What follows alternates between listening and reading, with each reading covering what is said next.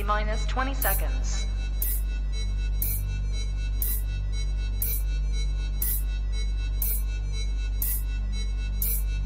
10, 9, 8, 7, 6, 5, 4, 3, 2, 1, 0.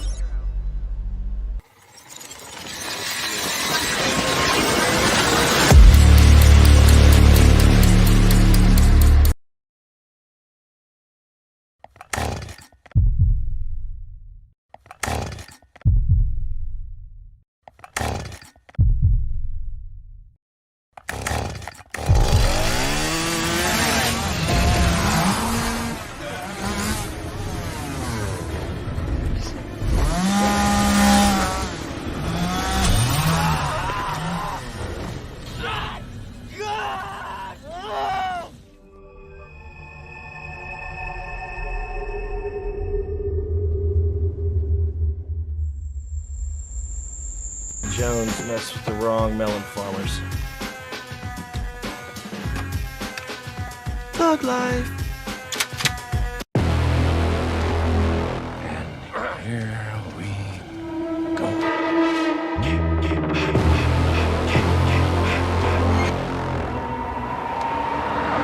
I prayed that he would burn in hell, but in my heart, I knew hell would not have him.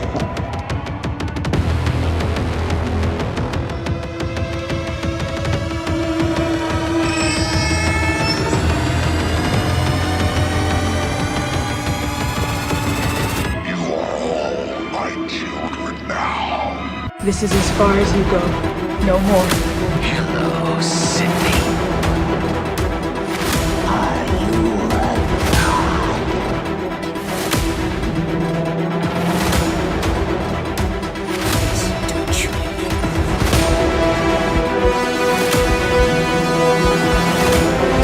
God damn you.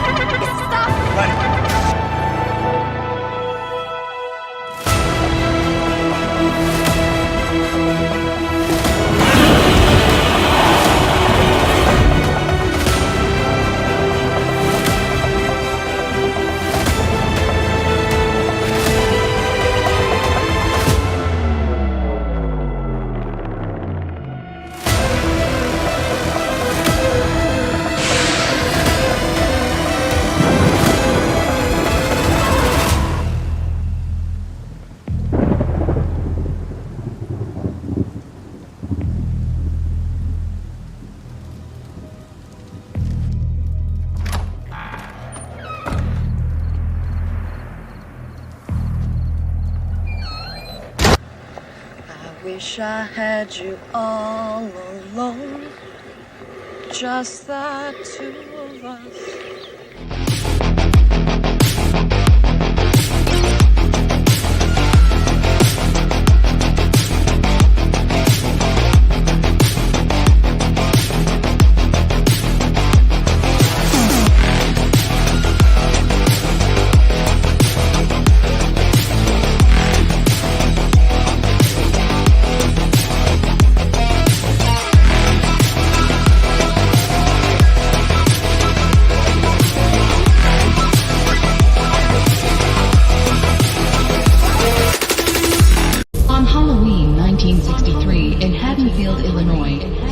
Michael Myers murdered his own sister in cold blood. But it was 15 years later, on Halloween 1978, that the legend, the Myers murders, was born.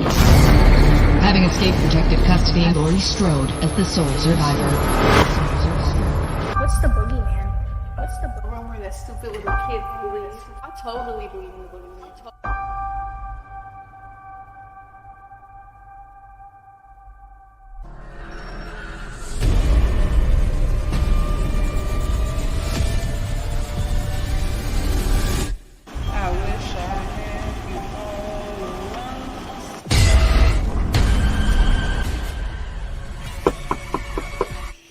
you doing? Good, how are you? Hey, Grandma. I am not your grandma.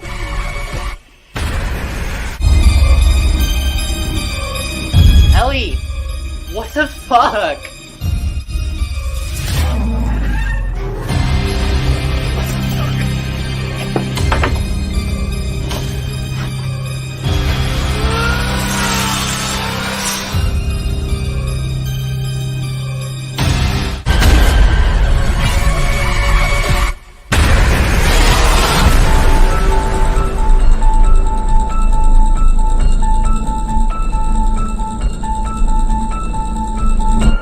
Ooh, baby.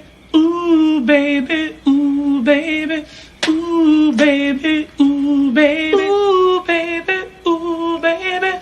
Ooh, baby. Ooh, baby. What's up, everybody, and welcome back to Movies and Beyond. Once again, I am Michael, and today it's Sunday. And with me on Sunday, as always, my guest, Mad Matt from Mad Matt's Mask. What is up, my man? How you doing today?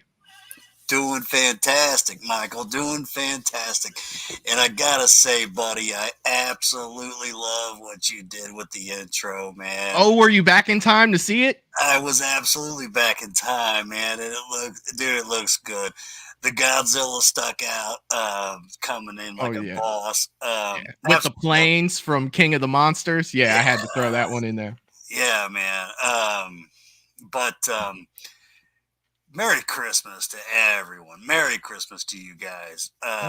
You know, we're getting close to that time of year.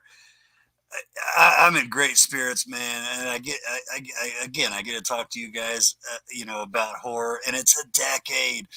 It is a bombshell of a decade, guys. We're talking about the 80s. You know, if you can't get excited about 80s horror, then you are absolutely not a horror fan. I'm nervous about this one because this has a chance of being chaotic tonight. Dude, period. So, this is when VHS came out. You know, we were all running. Well, if you're as old as I am, we were all running to the local video store to get the Halloweens, Nightmare on Elm Street, whatever it was. And you could just watch them over and over, man. So, Michael, thanks as always for having me, buddy. And I'm stoked to talk some 80s horror, brother. Hell yeah. I can't wait, man. I can't wait to what, the movies that I see, to put up here because we'll try to run. I feel like there's going to be more movies in this decade than there will be in any of the other ones. So we'll try to go through them a little faster. Now, we are doing something a little different tonight. There won't be any poll in the chat. So you will have to type out your votes tonight. Lydia's going to count those up for us. At least that was the last thing I read in our chat. I'm pretty sure that's still how it's going. So I won't be able to put the poll up tonight. But it's funny that you say you think. It's like you think.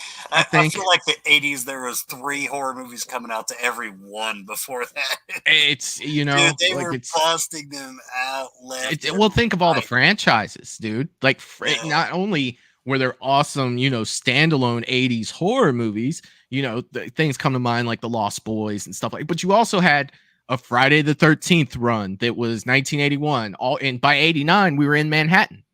You know what I mean? So that was a Friday every year. Nightmare on Elm Street came out. We had Nightmare on Elm Streets. We had Halloweens.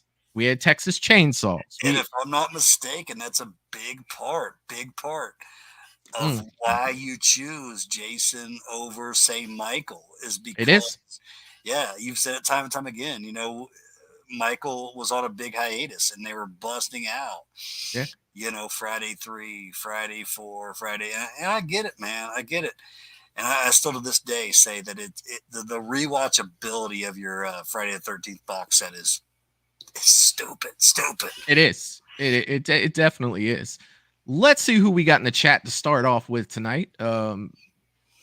Jerry Wilson's in the chat, and he's putting this up, and he's taking over this role for us tonight. Attention due to Christmas Eve being on Sunday. Next, Movies and Beyond will be streaming horror movie bracket show on Friday, December 22nd. So please take note and join us for an amazing fun time. Thanks for putting that out, Jerry. Yeah, so there will be no stream next Sunday with me and Matt doing our Sunday horror hangout. We are moving that to this coming Friday. So we're not missing a show for the week. We're just moving it, forward 2 days. So you'll get it a little sooner, and then the following week will be on a Friday, the Friday as well, due to the fact that New Year's Eve will be the Sundays. We kind of got screwed, man, this year with the day that the holidays were falling on. They both hit us, they both hit us on our show night. But I think we're compensating good for that. So it'll be a Friday night stream after tonight for the next 2 weeks, and then we'll go back to our Sundays for sure. Russell Dorsey's in the chat saying, "What's up, everyone? I smashed that like button. I hope everyone is having a wonderful night. Happy Sunday, everyone." And Jerry, you confused me for a minute there. What's up, Russell? How you doing, buddy? Good to see you, Russell. Lydia's in the chat saying, "Heidi ho, officers. What is up, Lydia?" Hello, Lydia. Been a doozy of a day. Doozy. The General is in the chat. Val from Val's Views is in the chat, and she always gets a salute from Movies and Beyond. And she is saying, "Welcome to the channel. Please hit that like button, subscribe if you haven't already, and share the video out on social media. Hit the bell icon notifications for new videos and upcoming streams." Couldn't have said it better myself. Matter of fact, I couldn't have said it that good. Thank you very much for that, Val. I definitely appreciate that.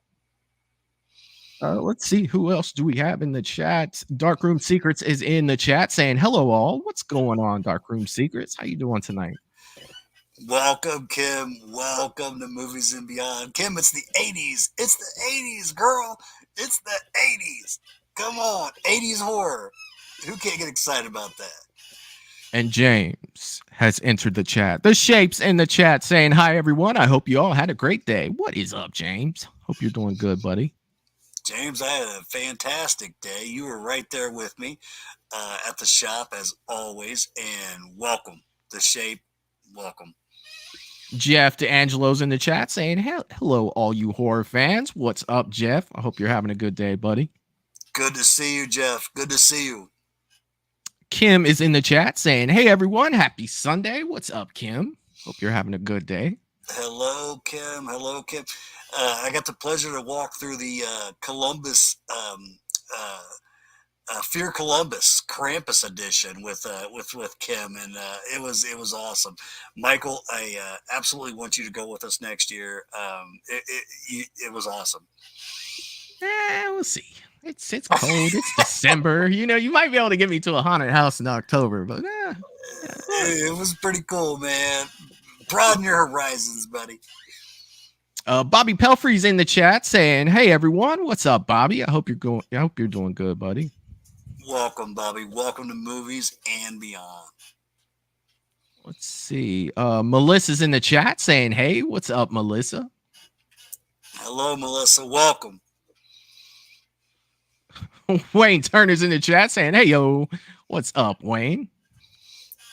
What's up, Wayne? Trying to get everybody.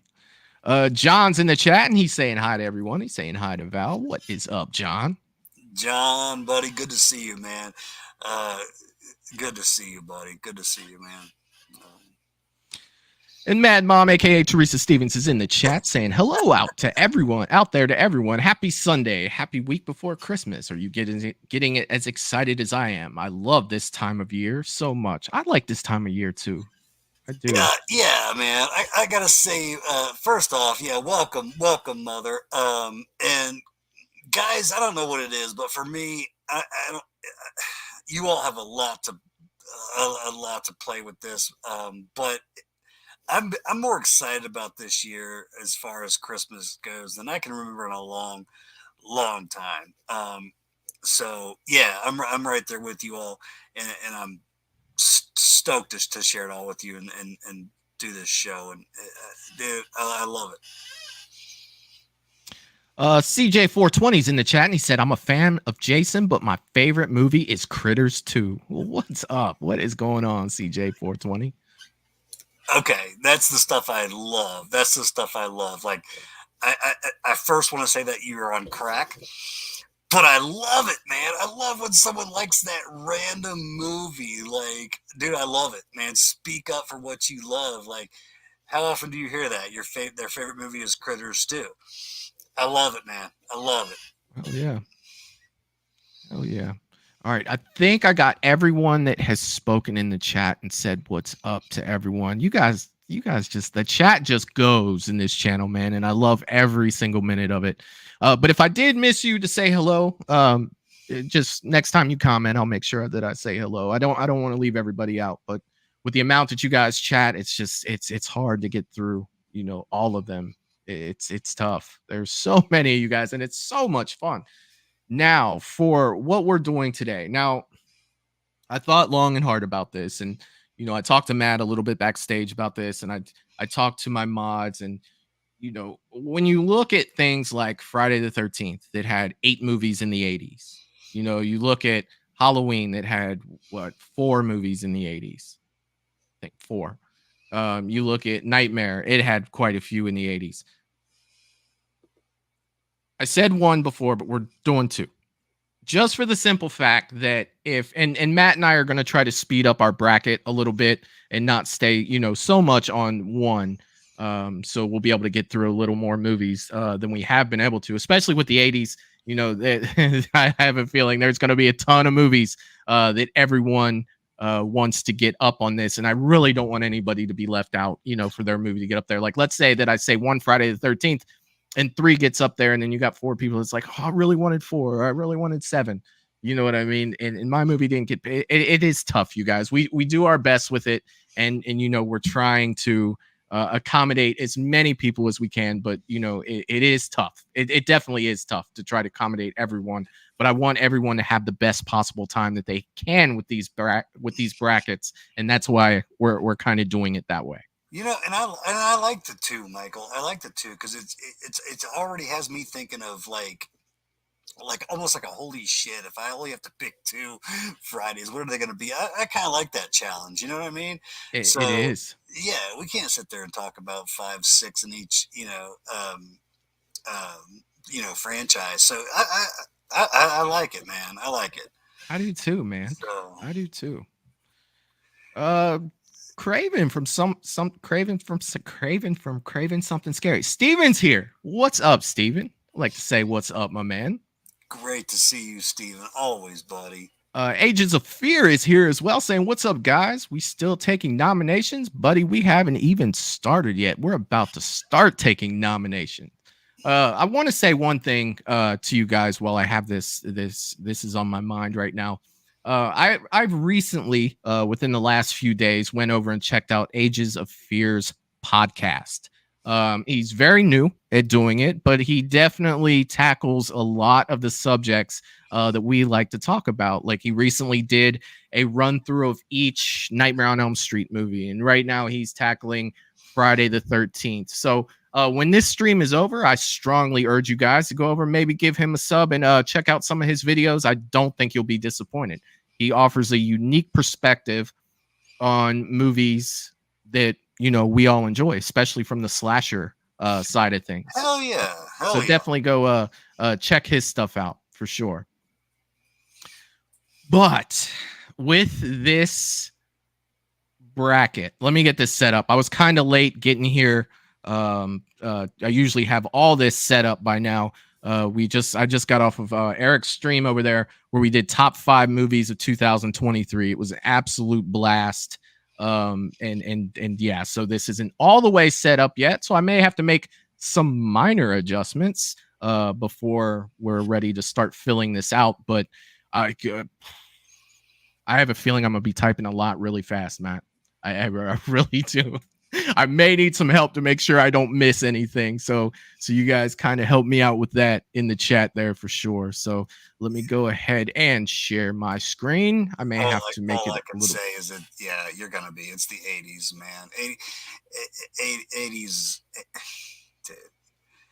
That is the golden era of horror. It is the golden era of horror. It is a tough one. So without any further ado, did I say that right? Dude, like, I've said that quite a bit, but I've never. What does ado mean?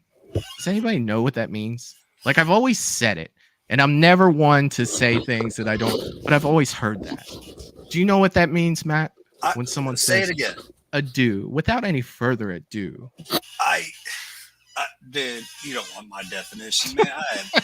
Dude, like, I get the gist. I get the gist. I know what they mean when they say it, but I don't understand. No, but anyway, without any further of word that I don't understand, we are gonna go ahead and start. Without further of bullshit, let's do this. Without any further bullshit, we're gonna start putting these movies up here.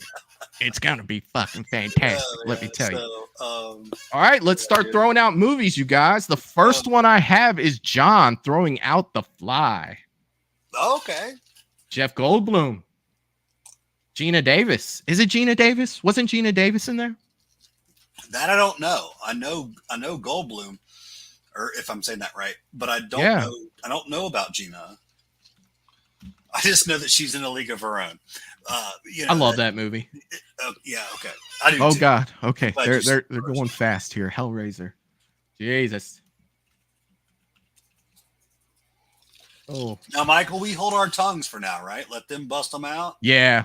And if we see anything that, for two things, we see anything that I write up here and it's not in the 80s, because I'm kind of just going down the list. Let me know that. Let's see. Oh, they will. They will. I think they did that last time.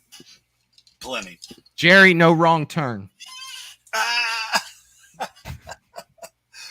Oh, shoot. Killer Clown. I'm just going to put Killer Clowns. We all know what Killer Clowns is. Oh, hell yeah. Let's see. Fright Night. Soon you'll be able to put KC for that, dude. They are just gaining popularity. I'm going to put America Werewolf London. You know what that is? Spell that right? Well, no, I didn't. Werewolf. Okay. I'm sorry, but it's too long. Can I say it's going on too long? I'm getting upset. Can I say Pumpkinhead? Oh, yeah, of course. Nobody said it yet? I don't believe so, but I'll shut up after that. Oh, you're good, man. I got Creepshow, Silver Bullet. If I don't see a Lost Boys here soon, I'm putting that in there. Nobody's going to hate on that. Christine. April Fool's Day. Oh, somebody's trying to get me excited. Halloween 4. Okay. Great movie, terrible mask, in my humble opinion. All right, I haven't seen... Oh, Sleepaway Camp. That's got to go in there. I like 2 better than 1, though. And it's like guilty pleasure.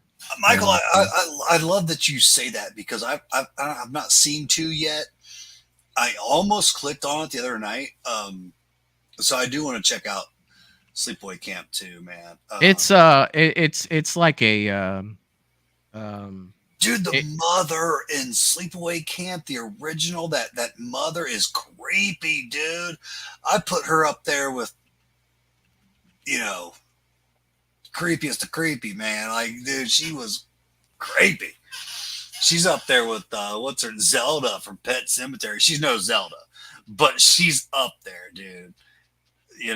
I put Friday 4 in there. I'm at least getting that. Like nobody's saying. Friday 4? I put. You're gonna throw it in there. Nobody's even said Nightmare on Elm Street yet. Well, there's a reason they didn't choose part 4, Michael. But what, Friday 4? Do your thing. Oh, yeah. Do your thing. I put in Friday 4 to Nightmare on Elm Street. So there is that. Okay, so this is the last one I'm taking, and if I'm up to 24, you guys. So if your movie did not get in there, I do apologize, but I've already done a 2-hour stream. I can't throw a 4-hour stream together on a Sunday night, and I'm sure that people have to work tomorrow and stuff. And I would love to do this, and maybe we can do the 80s again with all the ones that we didn't hit, because there's so many freaking. Oh, and there's Dream Warrior too that didn't make it. Like there's just so much. You threw in 4 before you threw in 3. 4 what? Nightmare on Elm Street. I put in Friday 4. Oh, I'm sorry. Yeah, I put the original Nightmare on Elm Street. Okay, that's why I was acting a fool. I thought you. Okay. All right. I'm gonna add 2 more, because read, Matt. I'm gonna do Dream Warriors and I'm gonna do The Predator. So that's 26 movies, you guys. Dude, I forget about this stuff, man. Yeah, that's 26 movies. Like if something didn't get in there again, but good God, man. Dude, Holy shit. Okay. 2 of my absolute favorites in there. Matt, it comes down to you, my friend. Really? A number between 5 and 15, and that will be the random generator for these movies. So how many times it'll switch them up. I got you. All right. I'm gonna go with 5. 5. Okay. 1, 2, 3, 4, 5. All right. So we will start the tournament on that. In our first matchup of the night. Let me see. Hold on 1 second. All of us old fogies, get your bifocals on. Yes, John, The Shining is on the list, and Child's Play did make it, Wayne. They are on the list. So the first matchup we have is John Carpenter's The Fog versus Maximum Overdrive. Remember, we're voting in the chat tonight, so you're gonna have to type out your vote. Oh, thanks, Lydia. See, Lydia's all over it. I didn't even have to say that. She is all over that. That is what I am talking about. Oh, yeah. Oh, I saw Dark Witch in the chat. What's up, Dark Witch? I hope you're doing good tonight.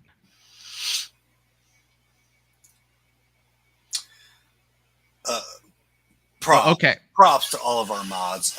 You guys are amazing. You guys really are amazing. Our mods are fantastic. And we appreciate you very much. For this one right here, Matt, I'm going to have to go with The Fog. I really like The Fog. I like John Carpenter's The Fog. Okay. Jamie Lee Curtis, Tom Act, what's her name? I met her at freaking Scarefest. Adrienne Barbeau's in this. It's just I really enjoy this movie. I really enjoy this movie very much. So I'm going to go with The Fog on this one. Did we happen to miss Beetlejuice and Cujo? Oh my gosh. Yeah. I mean, dude, it's the 80s. I do think we missed Beetlejuice and Cujo, but that is okay. That is okay. Great movies. Great movies. So is it my turn? Yes, sir. The Fog or Maximum Overdrive? I'm gonna go with Maximum Overdrive. All right. I'm not nuts about either of these films. They don't have my heart or anything, but I'll say Maximum Overdrive is a little bit of a guilty pleasure for me. Like it's bonkers, it's wild. I enjoy watching it. So yeah. Hell yeah.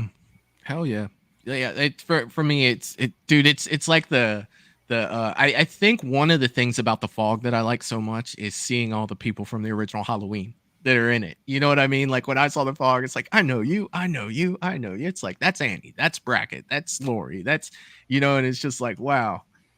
Tom Atkins in this one as well. I actually have a steelbook copy of this movie. I do enjoy it. I do enjoy this one.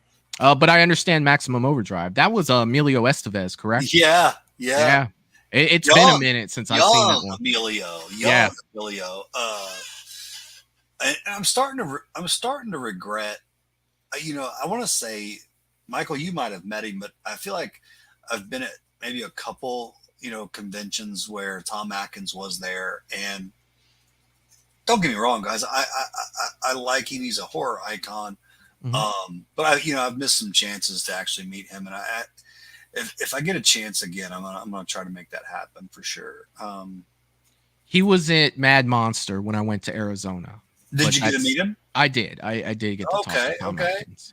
Nice. I didn't get to ask him the questions I wanted to ask him because I heard that it makes him mad. So I've heard the same thing. I've heard the same thing, and you know, you want to respect that.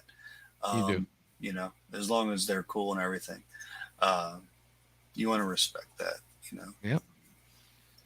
You know, all right. So, Lydia, do you have a count for round 1? The Fog and Maximum Overdrive has won with 7-6, and neither of ours would have mattered because we both went on opposite sides of the fence. Wow. So, Maximum Overdrive moves on. That actually shocks me. That actually does shock me. I thought it was going to be The Fog by a landslide. I know there's a lot of John Carpenter Fog people out there. Yeah, definitely. That surprises me. It surprises me to an extent, but then again, Freddy versus Jason going to the semifinals. I mean, after that, not a whole lot is surprising me after that. So, yes, that carries a lot of weight, I believe, because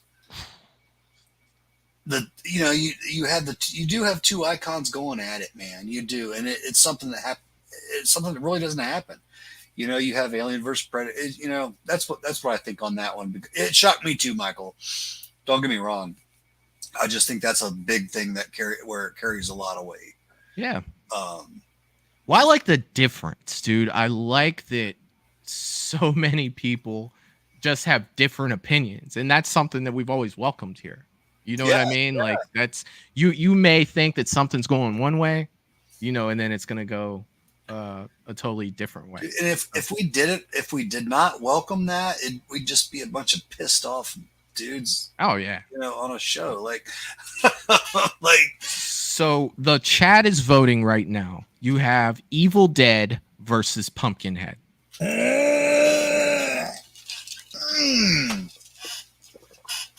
All right. I just got set up for the fight of my life. The fight of your life? Fight of my life. This is Apollo Creed Rocky 2, buddy. The second time around. Let's go. Let's go. Let's go. And I am definitely the underdog right here. What you got? Please let me know when I can vote. Yeah. What you got? It's on you. I went first last time. Oh, okay. Dude, I'm Pumpkinhead, man. I am Pumpkinhead, and it's no disrespect to Evil Dead. It's no disrespect to Evil Dead. Yeah. I want to say Pumpkinhead is one of the first creature features I watched with my dad. Oh yeah. And it just captivated me, man. Like, you know, and the creature is beautiful, man. It's like Stan Winston at his best. You know, what has Stan Winston ever done where you're like, that kind of looks okay? He knocks everything out of the park, man. From Terminator to Jurassic Park. It's just, and it's 80s all day long. Like, it just screams 80s creature feature. I love it. So I'm going with Pumpkinhead, man. I'm going to piggyback with you and go with Pumpkinhead, surprisingly. Whoa! And there's one thing that's going to get me to take Pumpkinhead over Evil Dead. Now, if it was Evil Dead 2, Evil Dead 2, Merry Christmas, we may have a different opinion. You know, but if it was Evil Dead 2013, you may have a different opinion, right? Super cool, dude. I'm going with Pumpkinhead for the simple fact that witch scares the shit out of me. I've never been more proud of you. Every time I freaking see this, I am going with Pumpkinhead, and it has nothing to do with Brian Bremer being so cool and hanging out with us at Scarefest. You know what I mean? It has nothing to do with all that stuff. Like, I mean, when you were 16 and you learned how to ride a bike, I was proud. But like, no, dude. Like, when I was 26, I learned how to ride a bike. You know, awesome. I'm thinking about it from the standpoint of me holding both movies right now. Which one would I put in? Right. I am putting in Pumpkinhead, and I'm starting to feel like what it's like to be you right now, Matt, because I've got Lydia saying it's not always fun, Michael. Lydia saying, "Get out of here, Michael." Jerry saying, "What?" Val saying, "What?" Lydia saying, "I already expected Matt to disappoint me, but you, Michael." John is saying, "Y'all need to get right with Jesus." You know what I mean? So I am starting to feel it. You know what I mean? Like, I'm starting to feel that. But it's a lot what it's like to be me, Michael. I don't feel like. I'm used to hey, everybody's blasting us, but Craven has come through with Pumpkinhead. So there's at least 3 of us, right? There's at least 3 of us that may watch Pumpkinhead over the original Evil Dead, right? Awesome. Not saying it's right. No, I'll watch over actually any Evil Dead, but that's just me. But like, we won't go there. Yeah. Wait, are you drunk, Michael? It's like they've already decided that they know. Like, first thing I always have to say, like, it is no disrespect to Evil Dead, man. I like Evil Dead. You know, I really do. Hell, I like where they're going later in the franchise. I like the remake. I love 2013. Yeah. Yeah. Same. And I like the newer one, Evil Dead Rise. I like that one too. Rise was, I believe, my 3rd favorite movie of the year, horror movie of the year. I think Evil Dead, like later on in their run, they're running very solid. They're running now. Pumpkinhead has took a nosedive into the dirt. Right. You know what I'm saying? But unfortunately, Matt, we didn't win. Evil Dead has won 9-7. I would have been shocked if we did. I'd have been shocked. I'd be. You know, I'd have been shocked, man. You know, and it's I get it. So the next one, we went up against Evil Dead, like sometimes you're just not gonna win, right? April Fool's Day, Amy Steele, Gotta Love Her, versus Christine. So cast your votes. Now this, I hope this doesn't end me pissed off. I didn't realize Amy Steele was in April Fool's Day. That's so cool. She was. I didn't realize that. Katie's here, and I just want to say what's up to Katie. I'm trying to get people coming in that we haven't Great said to what's see up you, to yet. Katie. Great to see you. This one, it's my turn to go first. I gotta say Christine. Like I don't. Yeah, I love Amy Steele, but unfortunately, Christine's just it's too much of a beast for April Fool's Day, for sure. Do I need to even say it? You guys know I'm a Christine fanatic. Yeah. And April Fool's Day for me, I can watch it, whatever. But it's not a pimple on Christine's ass, if you ask me, buddy. So, Christine. Definitely going with Christine as well. Callie Duff's in the chat also saying hi. What's up, Callie? What is going on? Make sure if you have not voted for April Fool's Day or Christine, that you cast your votes now, and they go in the chat. Yeah, this one, I don't see this one being a close one at all for this. Like it's whoa, hey, Steven's throwing April Fool's Day up there, man. Unless they're all getting together just to see me get red and like throw my headphones off and leave. Just like everybody's like, let's see if we can get Matt like let's just F with him. Hey, Melissa, I like Christine, but April Fool's Day better. Hell yeah, man. Hell yeah. Man. It's this one. Hey, man. To each their own for these, right? I just chose Pumpkinhead over Evil Dead, right? Right. So you did. That was awesome. Yeah, that was awesome. Pumpkinhead's the shit, man. It is the shit. One of the best 80s creature features. Wayne is saying, I still haven't got a matchup where I have watched both movies. Wayne. It's all right, buddy. I've had a few. I haven't been outspoken about it, but I've had a few where I haven't seen. I've never seen The Fog, guys. I've never seen The Fog. You should check out The Fog. Like you should. Like you're gonna get to see like all your Halloween people are in it. You know what I mean? It's a good movie. That's the biggest thing. Like it's a good movie. It's got a good story. I enjoy The Fog. I definitely enjoy The Fog. Yeah, you're not alone, Wayne. So where are we with the votes, you guys? We have got a ton of movies to go through. And I'm looking at the movies that are in the second tier, right? And it's just like, man, we are going to start losing them quick. Like there are some juggernauts coming through some of these. Let's get through them. There are some juggernauts. So we're still tallying up right now, right? Yeah, April Fool's Day and Christine. But Lydia's thrown out the going once, going thrice. And she has said that Christine has won with 14 votes to April Fool's Day's 3. Holy So we did have a one-sider there, but that's always going to happen. Hey, Craven, good for you, man. Standing up for what you love, man. Good for you on that. But don't ever go up against Christine, buddy, dude. So now we have Friday the 13th, part 4, the final chapter versus Creep Show. So cast your votes now. You know me. You are. I don't have to say nothing. I can go put the shirt on if you want. I've got it. It's clean. It's in a drawer. Dude, it's funny, Michael, because a lot of these early ones for us have been landslides, like where I don't even have to think about it. Yeah, man, I'm right there with you. It's Friday 4, man. And I like Creep Show. I like Creep Show, but it's just no Friday 4. Yeah. I've probably seen that movie. Honestly, I've probably seen more Fridays than maybe even Halloween's.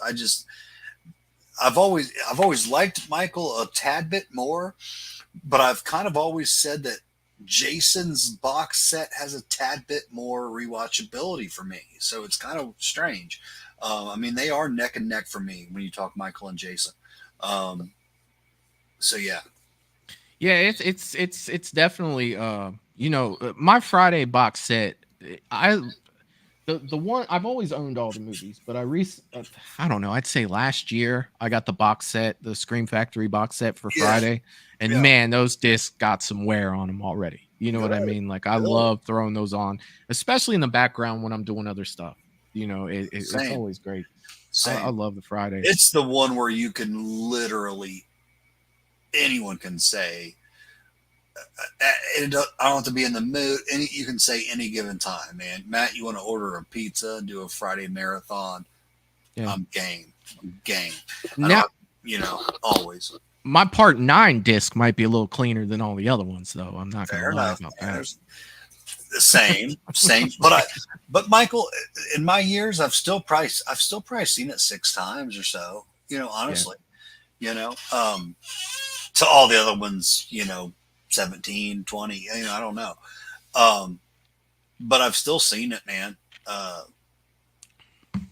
It's got, it takes it takes the top tier for me as far as rewatchability of any franchise.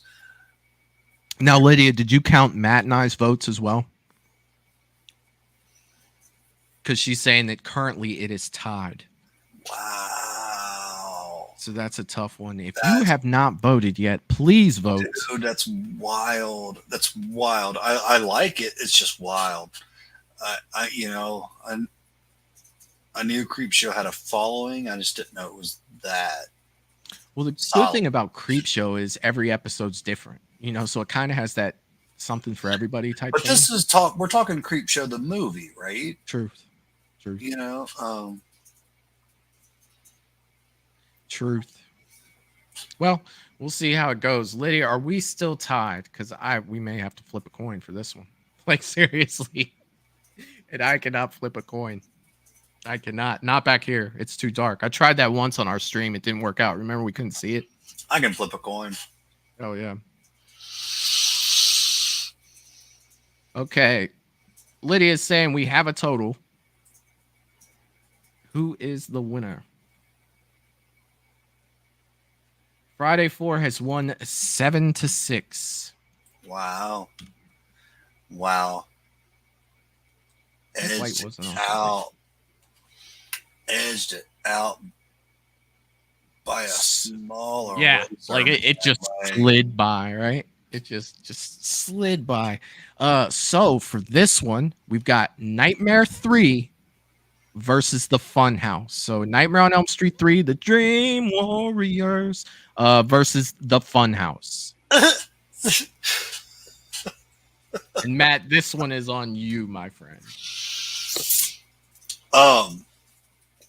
Okay, so I have seen both. I have seen both. A lot of you know I'm not the biggest fan of the Nightmare franchise as a whole. But you're still talking one that's for me pretty damn good. And Funhouse is really good too, man. It's one I got to be in the mood for. I'm going with Dream Warriors, guys. You know, it's probably my second to third favorite Nightmare on Elm Street. You know, it's a very fun watch. It's a very fun watch. So it's going to edge out Funhouse for me. But Funhouse has a lot of great stuff going for it, dude. Gunther and, you know, all the, you know, characters and creations they have going on there. But yeah, it's Dream Warriors, man. Okay, excellent. Yeah, I'm going Dream Warriors too. It's in all honesty, Funhouse. I've probably seen it, but the name isn't ringing a bell for me. So I've seen it a couple times. And it's a solid horror movie, man. It really is. And that's the thing with me in the 80s. I probably watched on like Cinemax, and as soon as I would start watching, I'd be like, "Oh, I've seen this." But you guys know, if you've been watching the show long enough, you know I'm so much into the art and the creation of the character, and I absolutely love the creation that is Freddy Krueger, dude. From his claw to his burnt face, I love him, man. So it takes a lot. When I love a character, it takes a really good movie. Say the movie doesn't have a character like a Freddy Krueger or Michael. Mm-hmm. It has to be very, very solid for it to beat that movie, just because I just love it, man. I watch it for those characters and those creatures. That might sound dumb to some people, but it's just true for me. The thing about Nightmare 3 for me, and I've gone on record saying that this is my favorite Nightmare. It's the characters, man. Like the cast in this movie, like the story, like you get Nancy back. Like it's like, dude, that was the group that I wanted to move on. You know what I mean? Yeah. And yeah, dude, like hell yeah. Yeah, I totally get that. I want to say one thing. I totally get that, Michael. I guess where the OG only slightly beats that one out for me is for I guess that true, like, gritty, like it had that true gritty dark horror where I think 3 for me lacks that a little bit, but it also beats it in a lot of other areas, like you said, cast and things like that. And then also the creativity, because you can't give 3 that, because OG part 1 was where it was created. So you can't give that, that originality to part 3. But yeah, they're very close for me too, buddy. They're very close for me too. And yeah, there's nothing wrong with that, dude. Like I've always seen like the OG, it doesn't, somebody likes the OG and that's the best. I totally get it. You know what I mean? Like it's not a shocker to me, for sure. Dream Warriors did win 12-1 though. So we are able to move on. Did you say 12-1? 12-1. So moving on, this next one. So that was an ass whipping. Oh, weapon. Yes. Which one of y'all kicked me? Okay. Which one of y'all kicked me? I love that line, dude. Which one of y'all kicked me? Jeff is saying we all know Michael only likes Nightmare 3 because Joey's nurse takes her top off. Jeff, you figured me out, buddy. You figured it out. That's totally what it was about. You know what I mean? I'm not going to say, guys, that I do not remember the nurse. That's all I'm going to say. This next one is American Werewolf in London versus Sleepaway Camp. Okay. I like this. I like this. You guys had me thinking now. I like this. Yeah. I like this. Michael, I think you're first, buddy. Okay, I'll go. I don't remember, but I'll go with it. Sleepaway Camp is a guilty pleasure of mine. I love Sleepaway Camp. I love Sleepaway Camp 1, 2, and 3.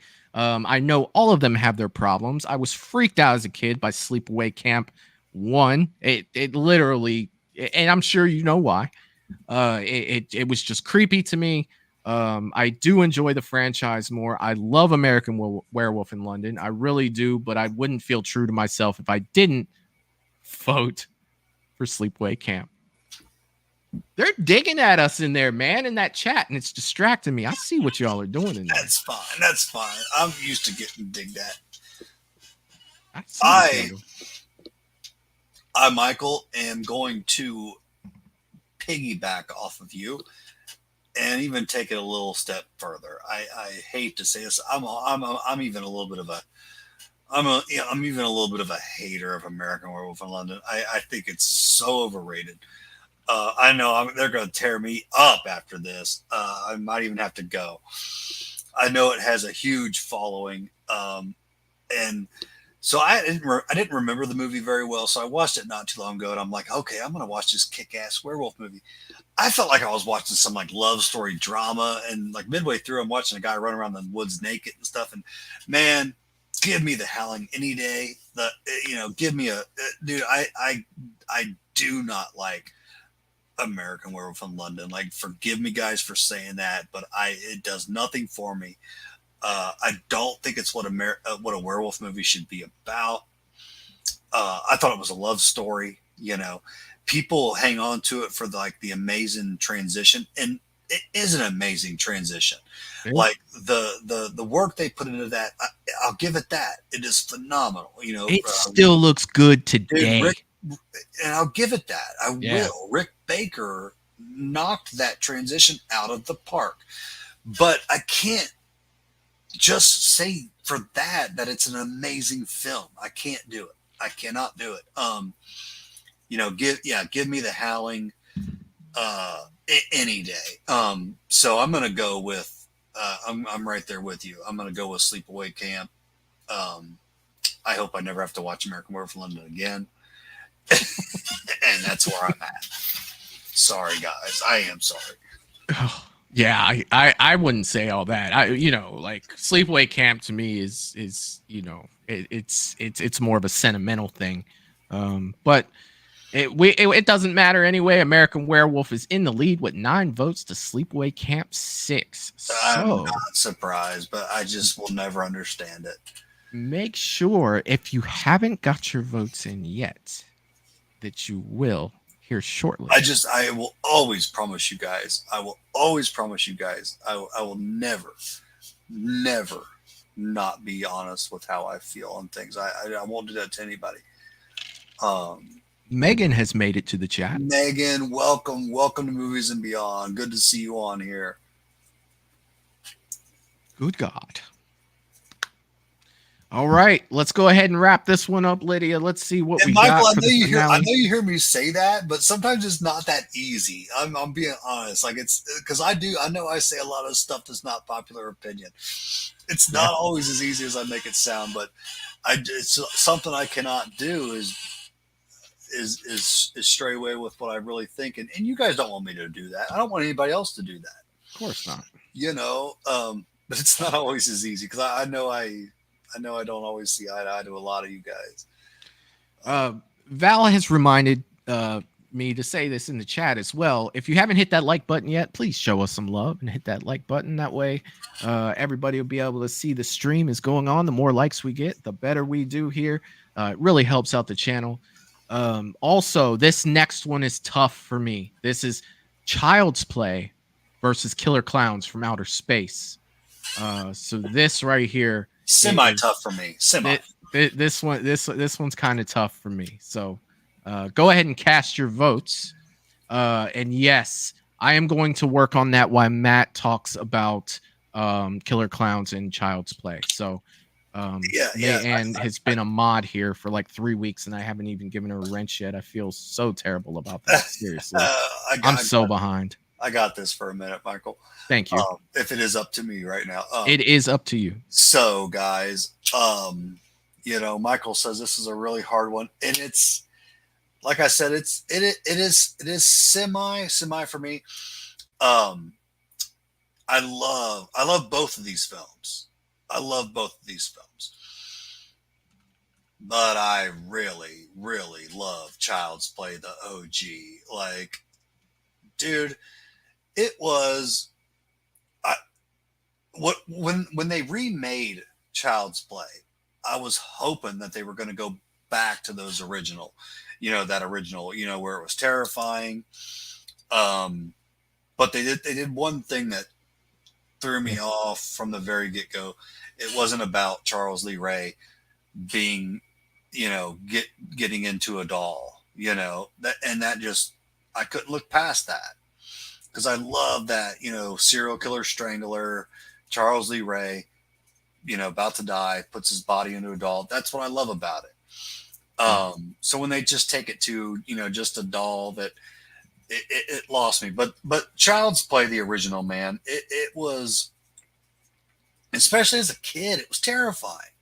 So many great scenes, when she's, looks and for the first time sees that there's no batteries, and right then his head turns around, and talk, dude, it's so good. And it's got that where you think it's over, and then he's coming back at her burnt. Like, I love Child's Play, guys. Yeah. So it takes the win for me. And I won't even talk about Killer Clowns, because I can go on about that too. How, I love it. It's iconic. It's just not to that level for me. Child's Play was so creative. It takes the cake for me, man. Yeah, if I'm holding the two movies, I'm probably going to watch Child's Play, to be honest. But that doesn't take away from the fact that I love Killer Clowns from Outer Space. I own both of these movies. They both get playtime. And yeah, I'm going with Chucky on this one. And it's a tougher one for me. Now, am I wrong? I've heard a few rumors that they're going to be recreating Killer Clowns from Outer Space. Like, is there any leverage to that Michael? Or? Not that I've heard, but that doesn't mean that it's not happening. Okay. And so, yeah, like I said, I don't know, but working at a booth where you sell all horror, you hear all kinds of things. Oh yeah. So I wasn't sure. Yeah.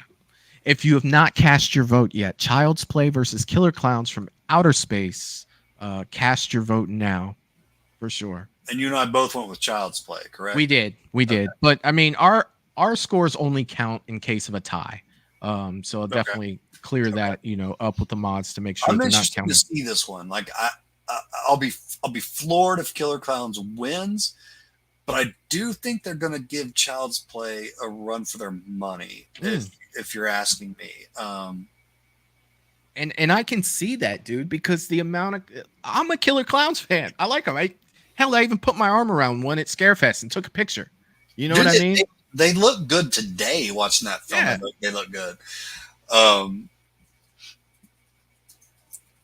it's, the movie was meant to be fun. I got a chance to talk to the Chico brothers who made the movie, and that's exactly what came out of their mouth. They said, we wanted to make a movie, and they said they wanted to have fun doing it, and they wanted it to be fun for all of us. And if they didn't nail that, I don't know.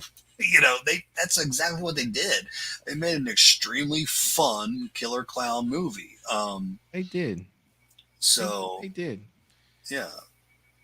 All right, Lydia, let's wrap up the totals so we can move on. I know this is a tougher one, but there's some Megan, you just have to type your vote into the chat.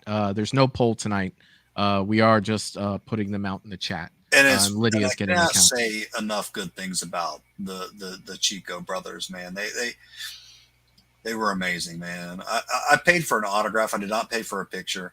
And they said, hell with that. And they're like, come back here, and, took a picture. Just great, great guys, man, who made that film. Like, hell yeah, man. I don't want things like that to go unnoticed. They were amazing. The cool thing, it's always cool to meet the people that are like that.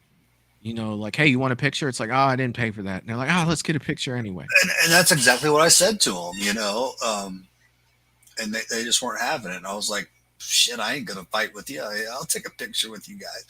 You know, they were awesome, man. They were awesome. They were happy to be there, taking it all in. It is cool to see, Michael. It's very cool to see.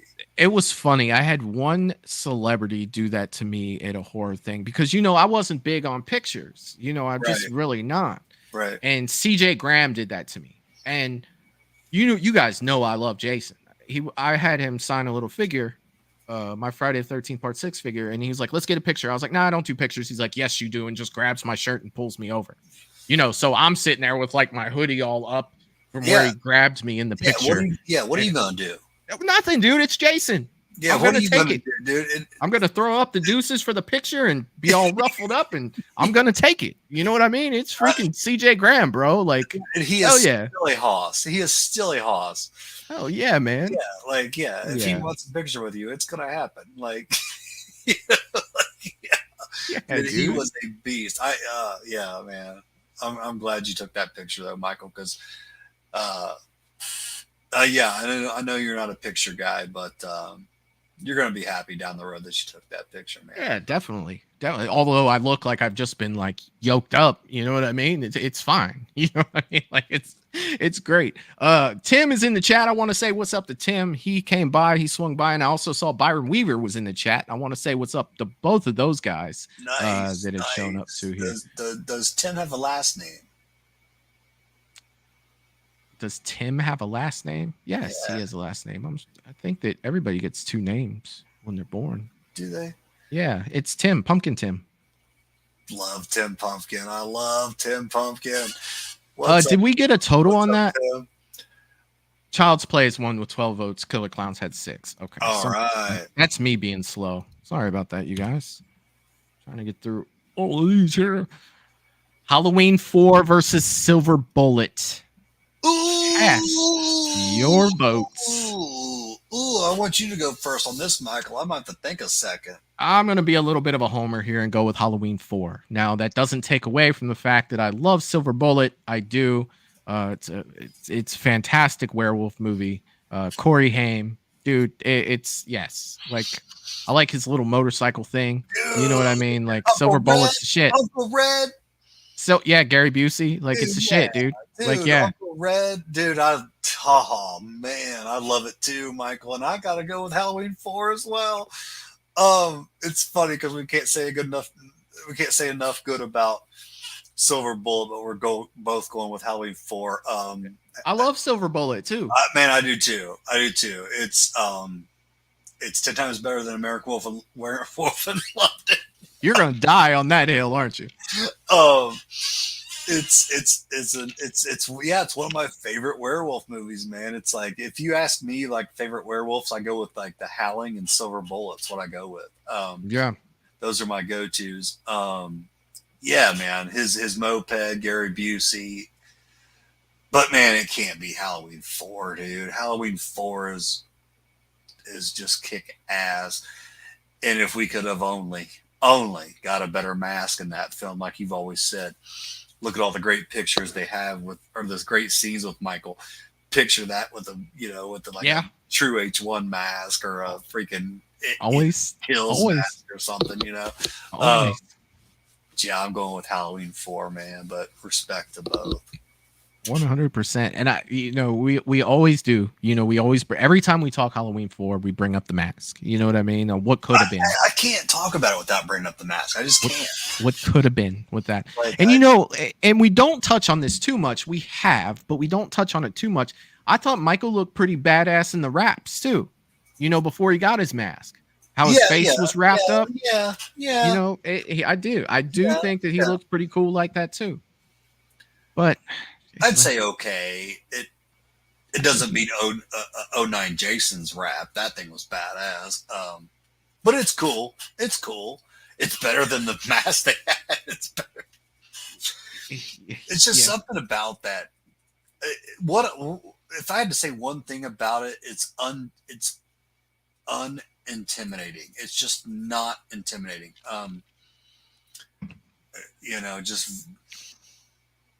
It's a bad mask, man.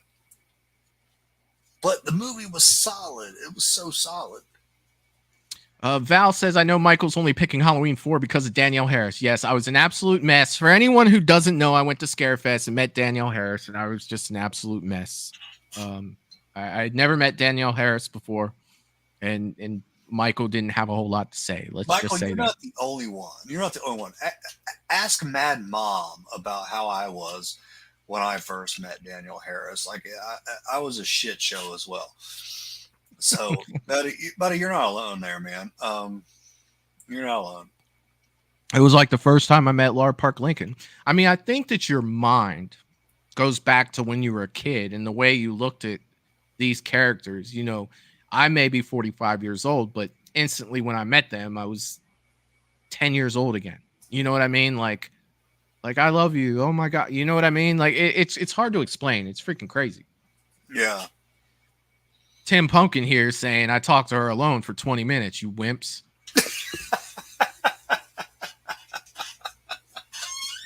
I love that, man. I love that. I love that. And that doesn't surprise me about you, Tim. That does not surprise me.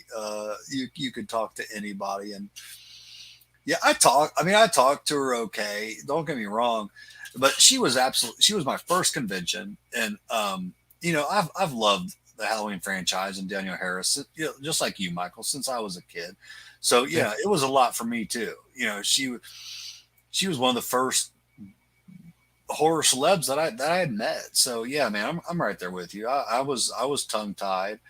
I probably said some dumb shit, but whatever, man. Well, you got to think too. You know, like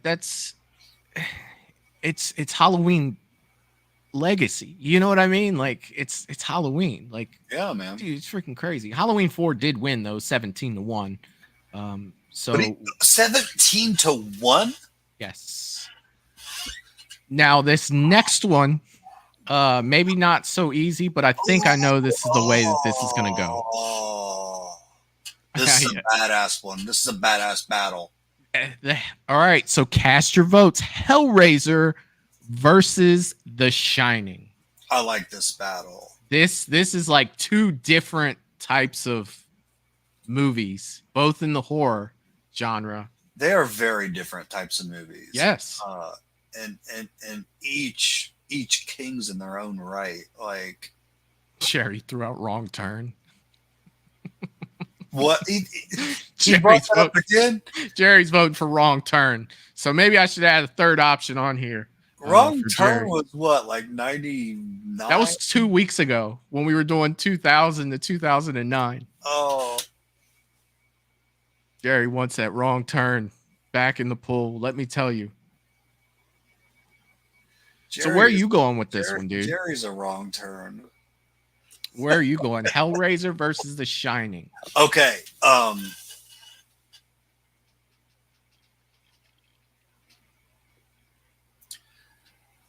not going to talk a ton on this, guys, because I can, and I don't want to get that invested.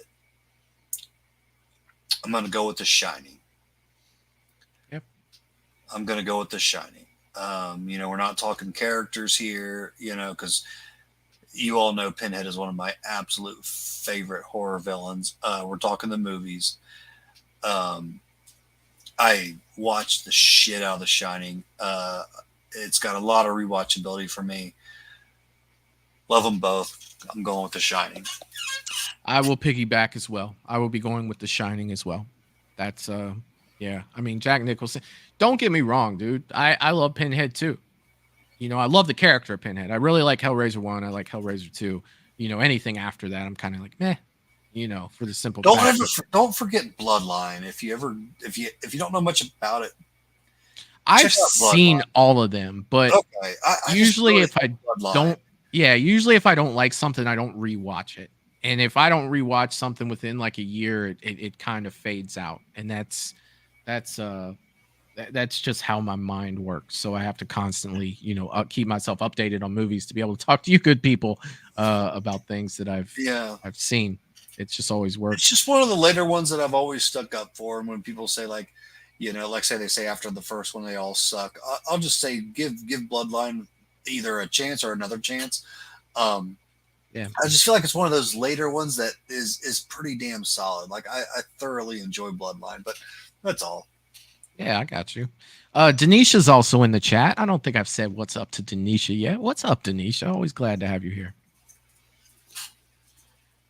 John is saying, will my vote matter? If not, I'll abstain. Your vote always matters, dude. Yeah, and John knows his horror, so yeah, your vote matters, buddy. Yeah, and Wayne's bringing up Stephen King, who wrote The Shining, hates the movie. I have heard that as well, too, Wayne. Oh, that's true as it gets, man. That's true as it gets. And another thing that I do want to mention about Wayne, Wayne's having surgery, so he might be gone for a little bit, but I want everybody, Matt, I'll say this on behalf of both of us because we talked a little bit about it last week. We want to wish you good luck, Wayne, in your surgery. Bring your phone with you so you can still hang out with us while your ankle's recovering, buddy. We'll miss you if you're gone for a long time. So good luck to you, man. Yeah, absolutely. On that. Absolutely. Best of luck to you, Wayne. And yeah, man, if and when you can get on here, man, it's a pleasure to have you, brother, for sure. And definitely when you come back, let us know how it went, man. We definitely want to know about that. Definitely want to know about that. All right, dude. I just have a feeling, if I were to guess, my prediction will be for The Shining. I think that's the direction I think it'll go. You know what I mean? But then again, what do I know? I never saw Freddy versus Jason making it. American Psycho not making it out of round one. What kind of crap was that? That was crazy. The Shining has won with 12 votes to Hellraiser's 4. I didn't see it. I didn't see it whooping its ass that bad. Okay, so this is our last one in the first round. We have The Fly versus Fright Night.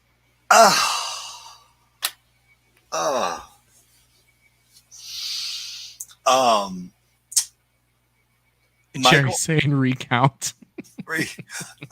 Michael, I'm gonna use the restroom. I'm gonna let you kick this one off. All right. And I'm gonna think a little. So yeah, right, I'll be right back, buddy. Yep. For this one, for me, don't get me wrong, I love The Fly. I do, but welcome to Fright Night, baby. This is one of my favorite vampire movies. It's not my favorite of the 80s, but it is one of my favorite vampire movies of the 80s. I love Fright Night. This one is not hard for me.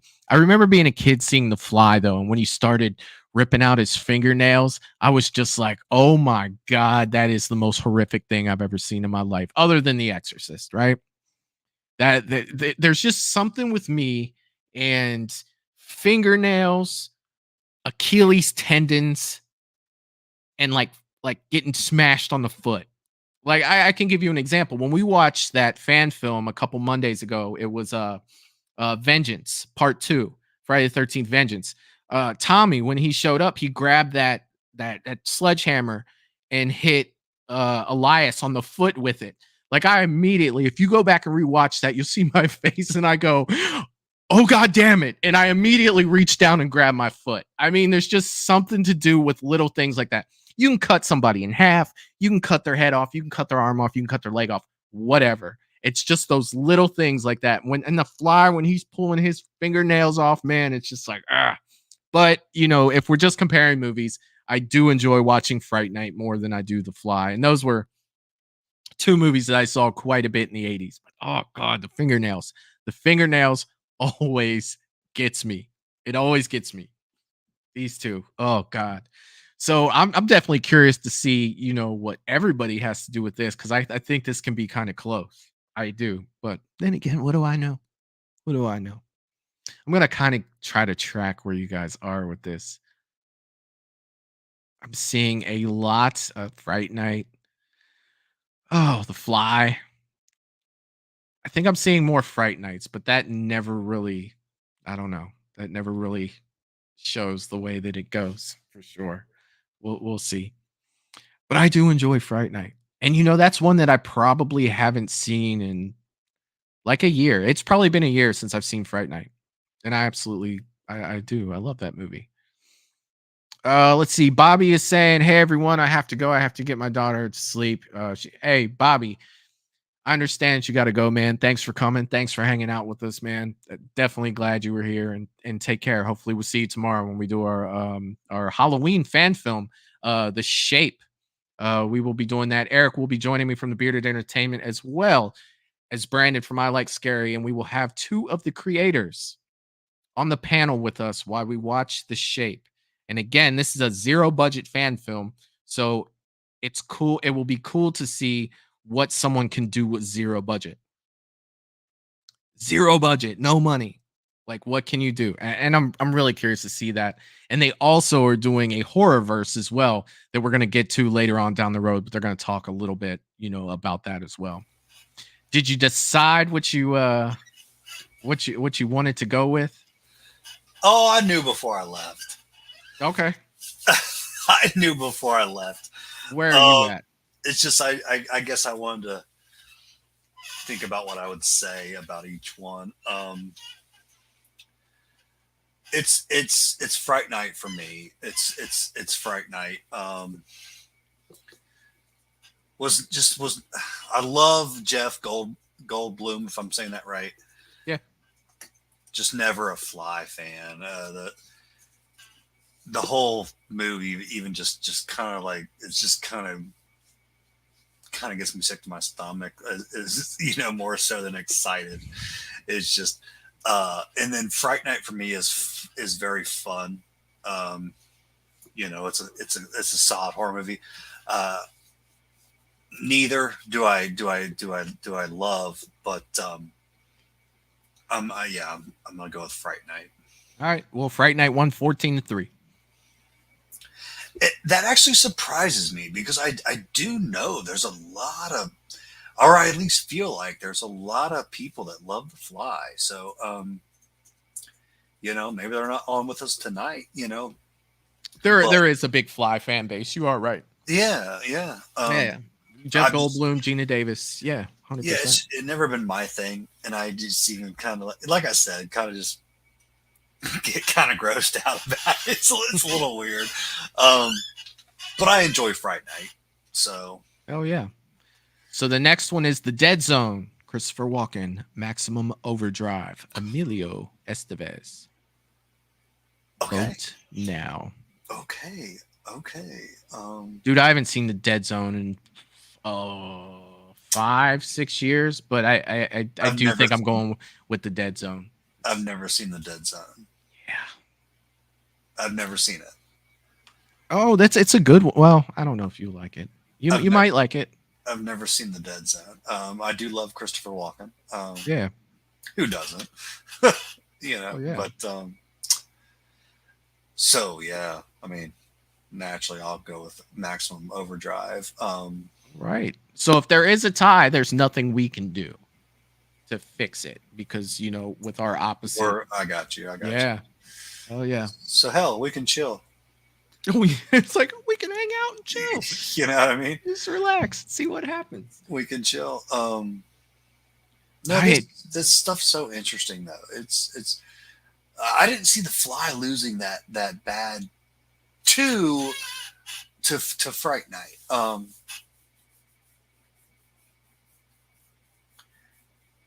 Dude, Fright Night's dude. I love Fright Night. Like that's one of my regrets was I think when we went to Indy at Horror Hound, wasn't there Fright Night people there? Wasn't there someone from Fright Night? Yeah. And I didn't meet them. And I'm disappointed that I didn't. Like that was just something that slipped my mind and I didn't think about until like a month later. Like, oh man, like I should have did that. Yeah, and I mean, shit, Michael, I don't have an endless pocketbook, Right. That's for damn sure.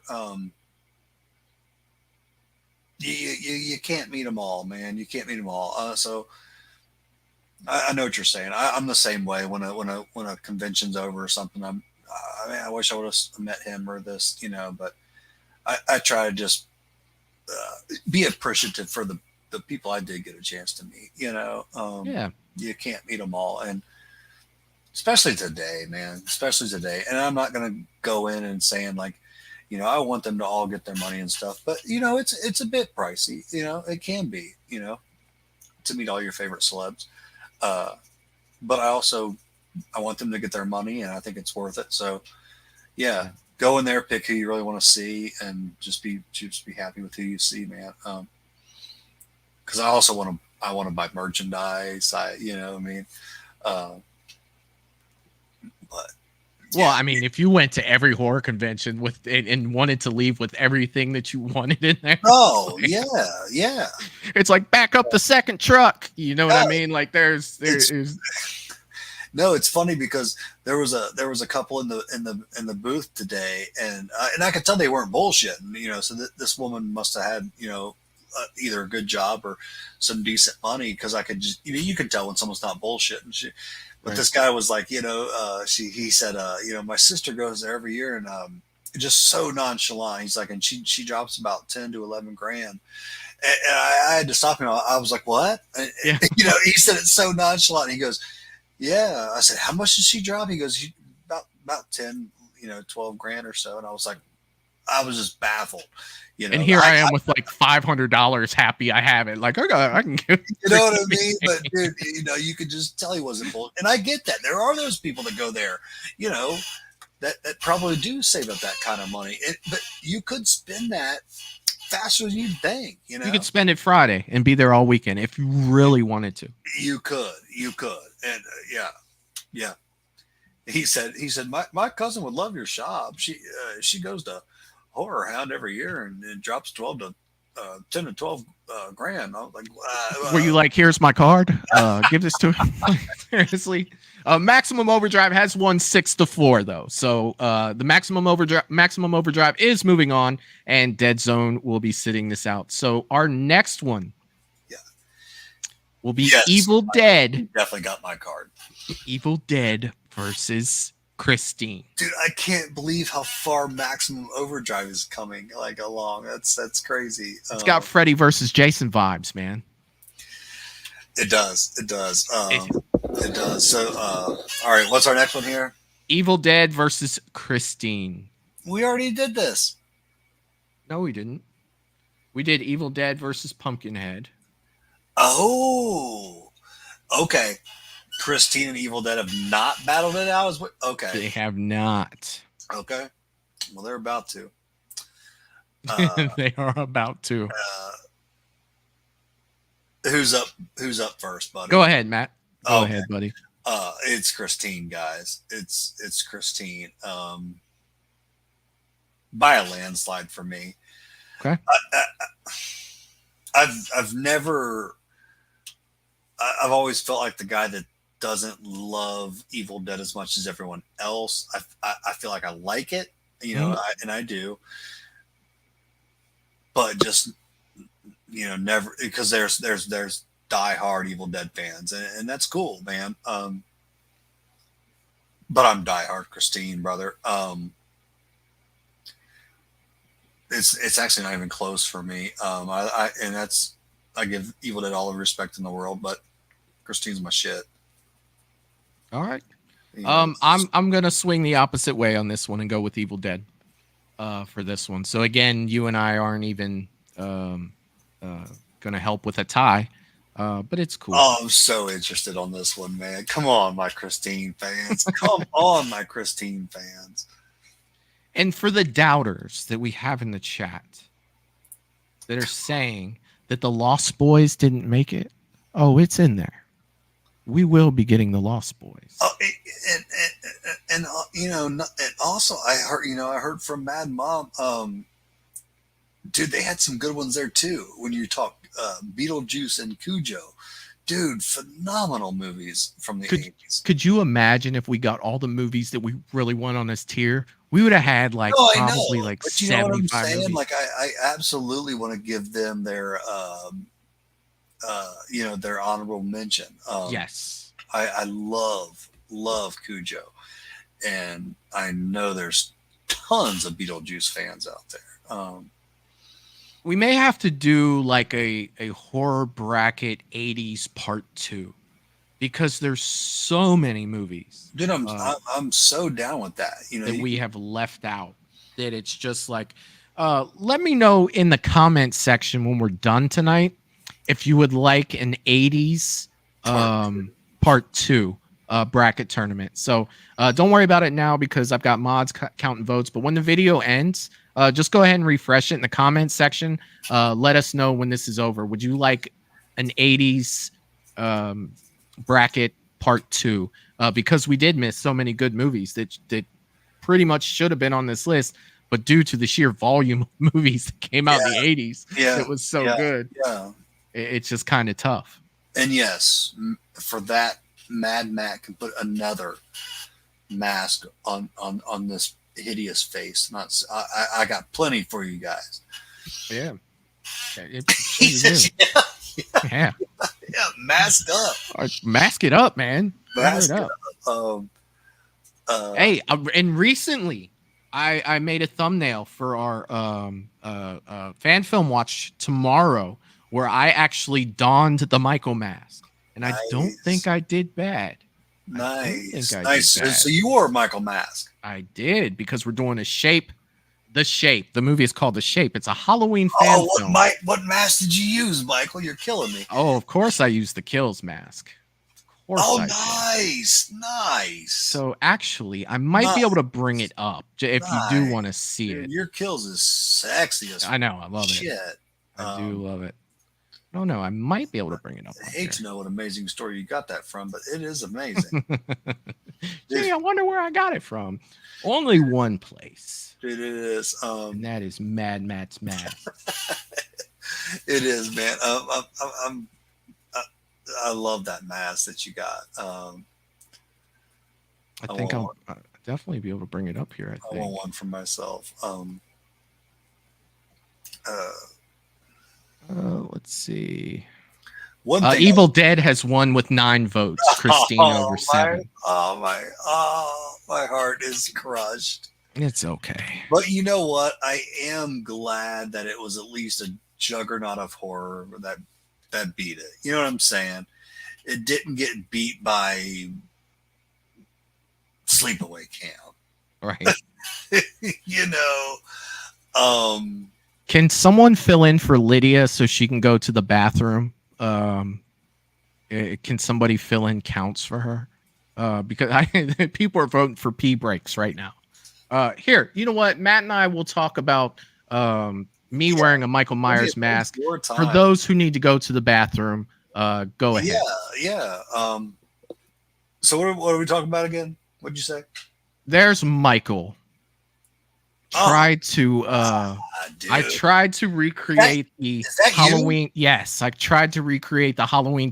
Notice the T-shirt. I always just leave a T-shirt on so people knows it's me. That's why I don't put on anything like with a collar or anything. It looks so good. Yeah. So I tried to recreate the 2018 pose, and I think I did okay. Dude, it looks so good. Dude. I think I did. So that's your mask. That is my mask. Yes. Dude, that's sick, man. It is. It's the 18 pose with the Kills mask, but I did use the side that wasn't burnt, because it is more of a, the 18 pose with it. But it was fun, man. It was definitely fun. So the way I did it was I made sure that my eyes were above the opening, and then I shaded the eyes just a little bit, so they weren't showing. That's sick as hell. And I know that. Because I've taken a lot from you of like your approach of how Michael should look, and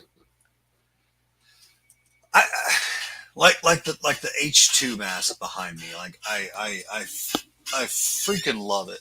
So I've got eyes in this guy, but I don't want them too pronounced. So they're right. I made sure they were kind of high up. Because even the eyes in him are made for that. They're like bloody eyes. It's amazing.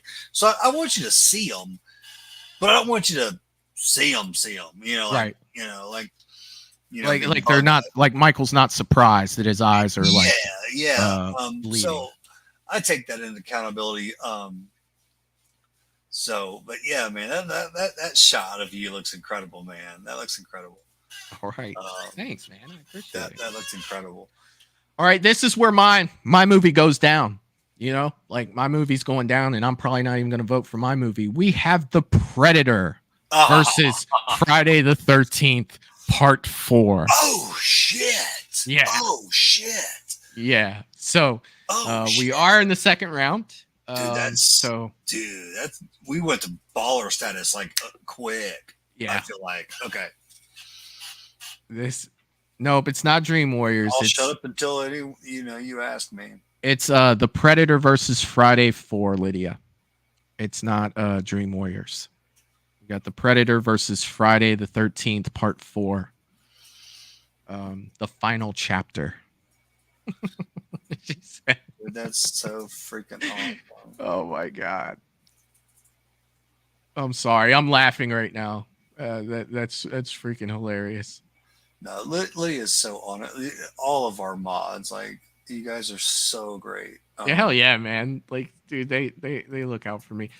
So, dude, I'm gonna be a homer. You know me. I know where I'm going. Man. I will, but I don't expect to move on. But I am going Friday 4. The odds stacked against me. I get it, and I see why, and I have no doubt. You know what I mean? Okay, here's what's funny. Here's what's funny about what you're saying, Michael. Yeah. You feel like the odds are stacked against you, where I'm nervous as hell. I am. I'm Predator, guys. Predator is. I bounce myself back and forth, where Halloween is my favorite movie, or Predator. It goes. It's between those two, man. It's between those two on any given day. So for me, as much as I love Friday 4, Predator stomps it for me. It stomps it in the mud. But I'm nervous, Michael. I'm nervous, man, because we got a lot of horror fans that are into their Jason and stuff, and you might get more Predator guys if you're talking more sci-fi and stuff. So, man, I don't know, dude. I don't know if you're out like you think you are, brother. All I know is, Ted, you forgot the corkscrew. Do you know what I'm saying, man? Like, I hope you are, but I don't think it's going to be the landslide that you think, man. Ted, you forgot the corkscrew, or is it? Have you seen the corkscrew? Which one is it? Oh God, what is it? Ted. I think that's the last time he just say Ted. Yeah, he does. Yeah, the corkscrew, and then he gets the corkscrew to the hand and the cleaver to the face. Poor George McFly. You know what I mean? God, he was, dude, and Teddy Bear, dude. God, I was ready for him to die. Jeez and crackers. Gonna give old Teddy Bear a kiss. He said, well, the computer says, he goes, there is no computer. He goes, aha. There is no Betty either. No Betty either. Dude, you got me wanting to bust out. Aha. Dude, the rewatchability for that franchise is so stupid. It is. Dude, it's so fun. You got a sister? Oh my God. Yeah, that was Tom Savini as Jason that kills the girl with the banana in that scene. I did not know that. Yeah, that was Tom Savini. Why was he in one scene playing Jason? Well, I mean, it didn't show his face. He does the special effects. I think it had something to do with the blood in her mouth, and I didn't doing know everything. Yeah, that was Tom Savini. And a lot of times, a lot of people don't know. When you would see in the original Friday the 13th, when Pamela would be moving the bush, you would see that big ass ring on her finger. Yeah, that was Tom Savini's hand. That wasn't Betsy Palmer that was looking at it. That was even the very end, yes, where their hands go like this, big old hairy gorilla hands. Yes, it's supposed to be. It's supposed to be Betsy Palmer. Yeah, that I don't understand why they couldn't do better on that, but I love it either way. But yeah, dude, it's a big old behemoth, hairy ass hand. Yeah, it is. It is. It's two of them. And there's a lot of times in the franchise where they slit throats with the backside of the machete. That's another thing where you're just like, I remember, I honestly, not saying that I know so much that it was a flaw, But I remember looking at that as a kid and thinking that something wasn't right. You know what I mean? That something didn't look right. You're looking at it as a kid like, that ain't right. That's how I was when I was in the theater with Halloween 5. Like, that ain't right. There's something wrong there. No, I really was, because, dude, you can tell the back of a machete from the front easy. 100% accurate, Matt. You are 100% on probably point. 9, not exactly knowing, but like thinking, okay, well, that's weird. Like, how's that cutting her neck like that? He must be strong, you know? Yeah, man. But yeah, it's all stuff you love after a while. But yeah, Val saying Crispin Glover dancing is iconic. You know, we might need some Crispin Glover on here at some point. Like, that's freaking Ages of Fear, dude. You're right. That machete slide at the end, the Jason kill at the end of Friday was straight up savage, man. Oh, it was savage. It was savage, and so was the my favorite kill that outbeats the sleeping bag barely, but is the machete to the face, and then he just goes flying down the steps. That's my favorite Jason kill. I just think that it's the camera work. It's the, that what it makes that for me is how that wheelchair goes down there, literally looking like it's out of control with a man in it, is what makes that look so good. You know what I mean? Yeah. Like, it's like, dude, he's gonna get hurt. Like, damn. That's my favorite Jason kill.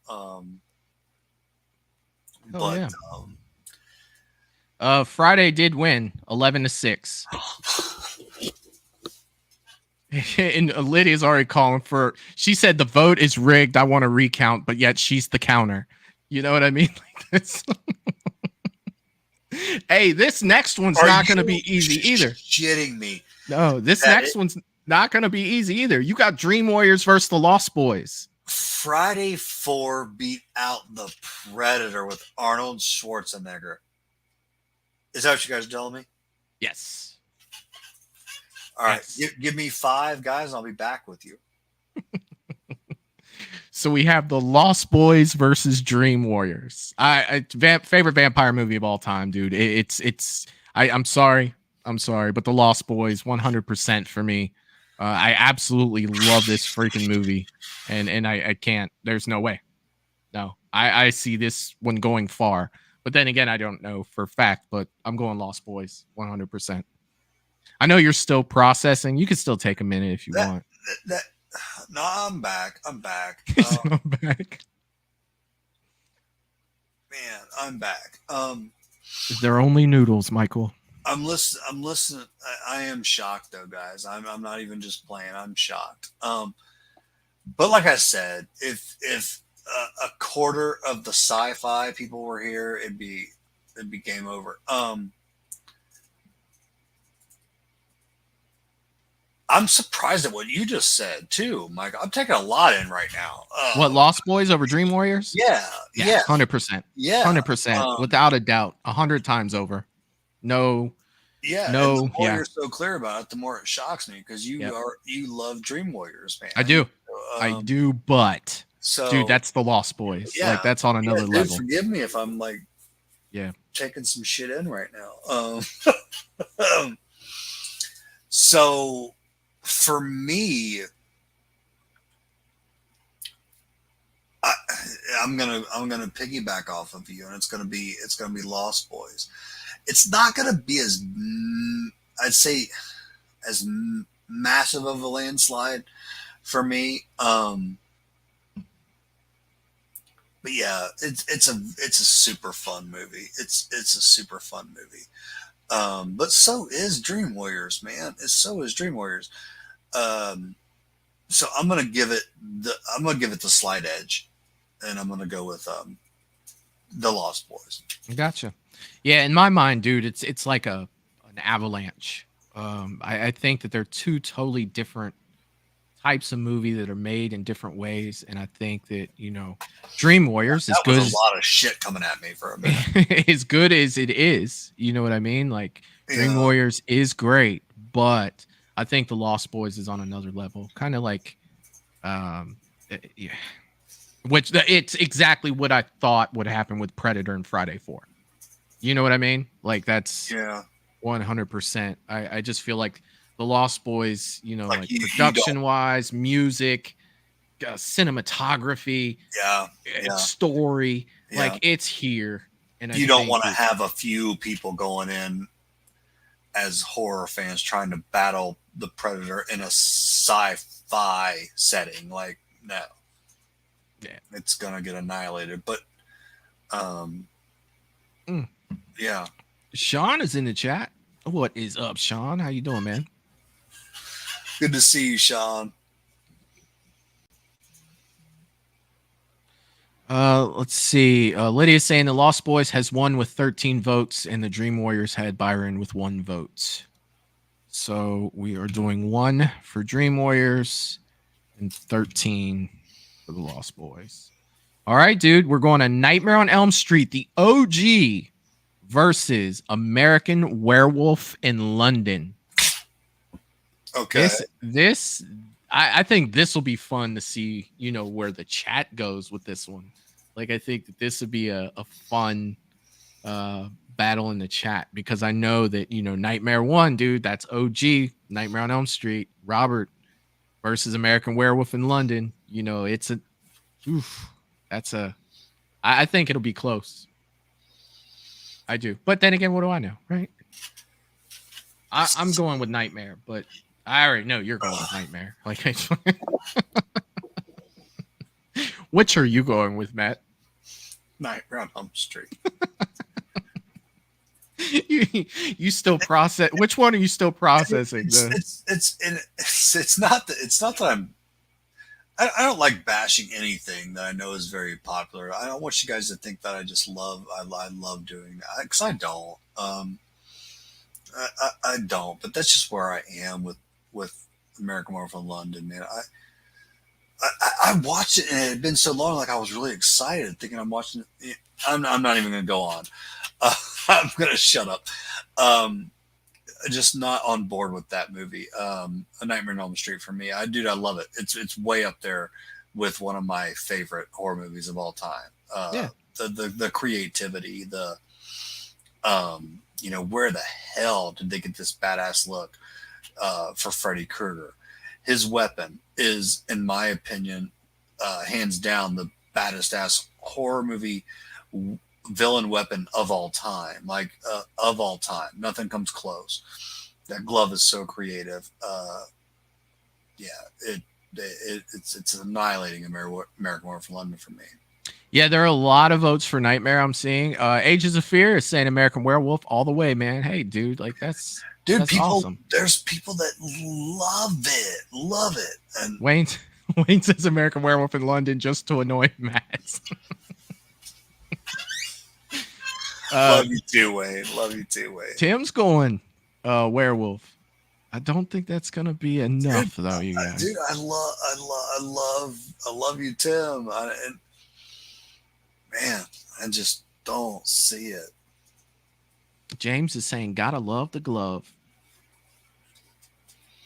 Seriously, man, that glove is so badass. Like, it is so badass, man. It's the coolest horror. It's the most creative, kick-ass, badass horror movie weapon of all time. Lady is saying close. That's hilarious, Michael. Yeah, we'll see. Saying what now? Because I said this might be close, and she's like, close. That's hilarious. Oh. Nightmare's in the lead with 10 to Werewolf 3 currently. Oh, I'm so glad because you said you could be done with this one, right? No, I'm just saying I know there's big Werewolf in London fans, man. Yeah. And it's just, when I watched it, I just did not see that. I wanted to say, have you guys not seen The Howling? Or it was just weird to me, man. Like I said, I just saw myself midway through watching a guy run through the woods naked, and it seemed like a love story to me. And now I'll give it all the credit in the world for that werewolf transition. I will. I'll give it all the credit in the world for that. but I can't say a movie is phenomenal off of, you know,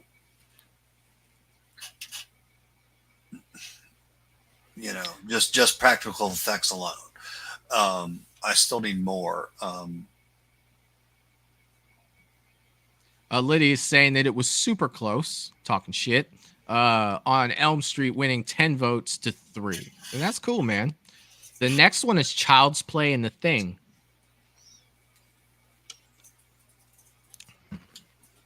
Child's Play and The Thing. I think you're first on this, Michael. I believe. Okay. This one's kind of tougher for me. I do like The Thing, but I feel like Chucky's a little more of an iconic character going down the road that I prefer over The Thing. So I'm going to go with Chucky. I'm going to go with Child's Play. And that's not to take anything away from The Thing, because I really do like The Thing. Nice. Kurt Russell. Dude, I love Kurt Russell. I do too. And I know that The Thing is arguably, in the, freaking, I'd say the 80s top 10, movies, both of them. But yeah, I'm going with Chucky. I'm going with Child's Play. But I wouldn't be surprised if it lost. Oh, all right. Well, I love hearing you say that. Sadly, with you saying that, it's I'm just not on board with The Thing. I know it. I know it has a ton of love. It is simple for me. I'm not going to dog it. I'm going to say it's too much. I'll say it's too much sci-fi for my taste, is what I'll just say. I love Kurt Russell as well. It's just, a little too much on the sci-fi area for me. And I've already said what I love about Chucky, dude. I love the original Child's Play. So I absolutely will not knock The Thing, It's just not my thing. I got you. I see what you did there. But yeah, I'm going with Child's Play. Ages of Fear is saying John Carpenter, Kurt Russell, drop the mic. Now, dude, if we were talking about Big Trouble in Little China, that would be a whole nother conversation. John Carpenter and Kurt Russell in Big Trouble in Little China. Now, that's something different. Was that a John Carpenter film? It was. Okay. Please tell me you like Big Trouble in Little China. Not so much. You don't like Big Trouble in Little China? No. Oh my god, dude, that's top 580 movies for me. Like, seriously. I also don't like Top Gun. I don't like Ferris Bueller's Day Off. Who doesn't like Ferris Bueller's Day Off? I know, dude. I know. That's probably why I'm a great guy to put on your channel. I'm an idiot, Nope, dude, you're here for the horror aspect. Dude, and Ferris Bueller does not fall into that. But that's John Hughes, dude. Like, that's I know, and I do like some John Hughes. I love Christmas Vacation. I love Breakfast Club. I like Breakfast Club. Just not Ferris Bueller's, man. Yeah. That's what's so fun about this, though, dude. Everybody has a, different take. There's so many movies for me that, I get nervous when I say I don't like them, because I feel like I'm about to get mugged and, beat down. Like, hey, man, everybody likes their own stuff. I do, man. Oh, Jack Burton, though, man. Like, that's a... Yeah, I like a lot of John Hughes stuff. If I ever met Kurt Russell, like, I would want him to sign a poster of Big Trouble in Little China. Like that, like, I'd want a Jack Burton line, you know what I mean? And I'd want... Like I think I'd have him sign Captain Ron. Oh. Dude, I love him and Captain Ron. Have you seen Captain Ron? I have. Not like Big Trouble in Little China. Like, that's be honest, man. To be honest with you, Michael, I don't know if I know. I think I've seen Big Trouble in Little China. I think I was really little. I don't know if I really know it that well. To be honest with you, I have seen it. I know I've seen it. But I was super young. But yeah, I love Kurt Russell, man. The Hateful Eight, dude. His more recent stuff. I love him. Yeah, well, you should check out Big Trouble in Little China again, because Jack Burton might be one of the best characters of all time. All right, and that's fair enough, because I can't sit here and say like I remember everything about it. I just know I've seen it. Well, The Thing has beaten Child's Play 7-4, so The Thing moves on. Damn. So now we move on to Halloween 4 versus Hellraiser. Oh, that's a no-brainer. Yeah, I'm going Halloween 4. I am too. It's just, and I hate to seem like I'm just shitting on Hellraiser, because it's never had the original Hellraiser has just never had a ton of rewatchability for me. Agreed. It just hasn't. Like, is it a good story? Yes. Does it end with a bang? Yes, it does all that, but it just doesn't have that, let's watch Hellraiser. Like, but you know what Halloween 4 does have, Matt? Rewatchability. No, you know what Halloween 4 does not have? Oh, does not have a decent mask? A police force. That's true. That's true. That's what Halloween 4 does not have. And you're getting prime Loomis here that's starting to go off. You know what I mean? Like, he's starting to go over the edge. Like, hell bullshit. Hell yeah. Bullshit. Yeah, not like 5 where he's violent at that point. He was shaking the shit out of Jamie in that movie. Like, if you watch that, he's like, tell me. He's just shaking the hell out of her. Yeah, nurse is trying to calm him down. She's just a little girl. Fuck that. She knows some shit. Yeah. It does not have a police force. Loomis was so good. Like, he was so good. He that's like where you cannot replace him. There is no replacing Donald Pleasance as Dr. Loomis. Like, I don't care how good of an actor they bring in. You know what I'm saying? Right. It's one of those. You just can't do it. Melissa saying we're repeating the same movies. That's because these are winners going against each other, Melissa. So Hellraiser won its last go against, and Halloween 4 won its last. Rolling, don't we? Let's do it.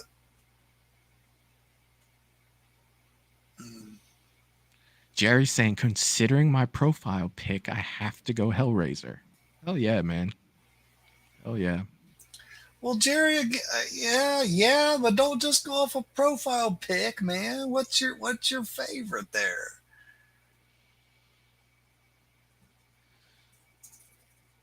Brian saying, Matt, it's your boy Brian. Just now getting into the lobby. Much love, everybody. Dude, welcome, Brian. Welcome to Movies and Beyond, man. Never too late, buddy. We're doing some really cool shit here. We're diving deep into the 80s horror, man. Welcome, Brian.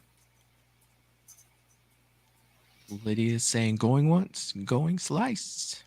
I will say real quick, guys, Brian is making some killer masks. Like, Michael, some stuff that you would love. He specializes in some Jason masks that are he just keeps getting better and better with it, man. But yeah, man. Props to you, Brian. Keep up the good work, man, for sure. Halloween 4 advances over Hellraiser 9-4. Oh my God, this one's gonna suck. Fright Night versus Aliens. Fright Night versus Aliens. Now, see that I think that sucks more for me than you, Michael. Maybe I'm voting Aliens. I can't help it. And well, see how quick you said that. So no, that's not trouble, man. That's not trouble. Fright Night versus Aliens. I cannot help it. I am going that route. This is probably the toughest one for me. Yeah, they're both great movies, man. This is probably the toughest one for me so far. And oh man, I've always thought Aliens for me just needs a little bit more alien. Um,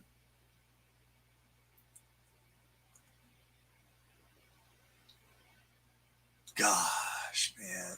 No, what year was the Bliss Fright Night? Was that? I want to say 84 through That's where you 86. that's where you got the girl like Amy doing that wicked like mouth scream, like where she turns around, turns into like a demon. Fright Night, you've got the one where his neighbor is a werewolf and he watches that show called Fright Night, and he gets the guy from the show to try to help him kill the vampire next door. I hate to do it to you, Michael. I think I'm going with Fright Night over Alien, and Hey, man. it's just barely. It's Aliens, by the way. James Cameron. Oh, Alien was 70s. Okay. I'm Aliens all day long. It's not even close. I thought it was the original. No. I thought it was the OG. The OG was in the 70s. Yeah. Okay, you're right. Aliens for me smashes Fright Night. It does for me too, but I could see Fright Night winning because of the horror aspect of it. And it's a great vampire movie. I'm not even gonna lie. Man, it is, but I'll still be shocked if it beats out Aliens with the Marines and the Newt and the warrior alien and the Queen. No. Ellen Ripley, you got her in development. Dude, and the machine and no. Game over, man. You got dude. Yeah, I'll be surprised if that gets beat by Fright Night. I'll be impressed. That's impressive. Oh yeah. But I mean, we've seen we don't know shit. Watch the Predator lose to 4. Like that's get those in. I gotta grab something real quick. I'll be right back, Michael. Sure. I wouldn't be surprised if they won, but Ages of Fear, I personally like Alien more than Aliens, though. Just my opinion, dude. I agree with you. They're very close for me, but I do prefer the original. I think that it was scary sci-fi. Sean is saying that he likes both. I get it, man. Oh, Jerry, thank you very much for this. Just a reminder, guys, next week, we will be doing our next week's show this coming Friday, because next Sunday is Christmas Eve. So if you're having fun with these brackets, we will be diving into the 90s horror, going through these brackets, and we will be doing that this coming Friday. So just remember that if you come here Sunday, we won't be here because it'll be Christmas Eve, and we'll be here the Friday before. So this coming Friday, we will be tackling the 90s in our bracket. So 8 p.m., same start time, just on a Friday. Wayne is saying both are great fun. I agree, man. I do agree 100%. And Val is saying, if you would like to help this channel and get some awesome exclusive content, please go to patreon.com/moviesandbeyond. That is the only way that you can support the channel. If you'd like to do so, is through Patreon. Currently, what I have going on over there is another show that I do over there. It's called Real or Fake. And we have a good time with that. And starting later this week, I will be diving into Stranger Things season 2 over there. So if you're a Stranger Things fan and you like to do that, I do watch alongs over there and stuff like that. Now, pretty soon we'll be doing movie watch alongs as well. And Lydia, counting the votes, if there are no more votes, Matt and I both voted for Aliens, so we can be the tiebreaker if you need to. But if you have not voted, please get your vote in now. Melissa throws the Fright Night in at the last minute there.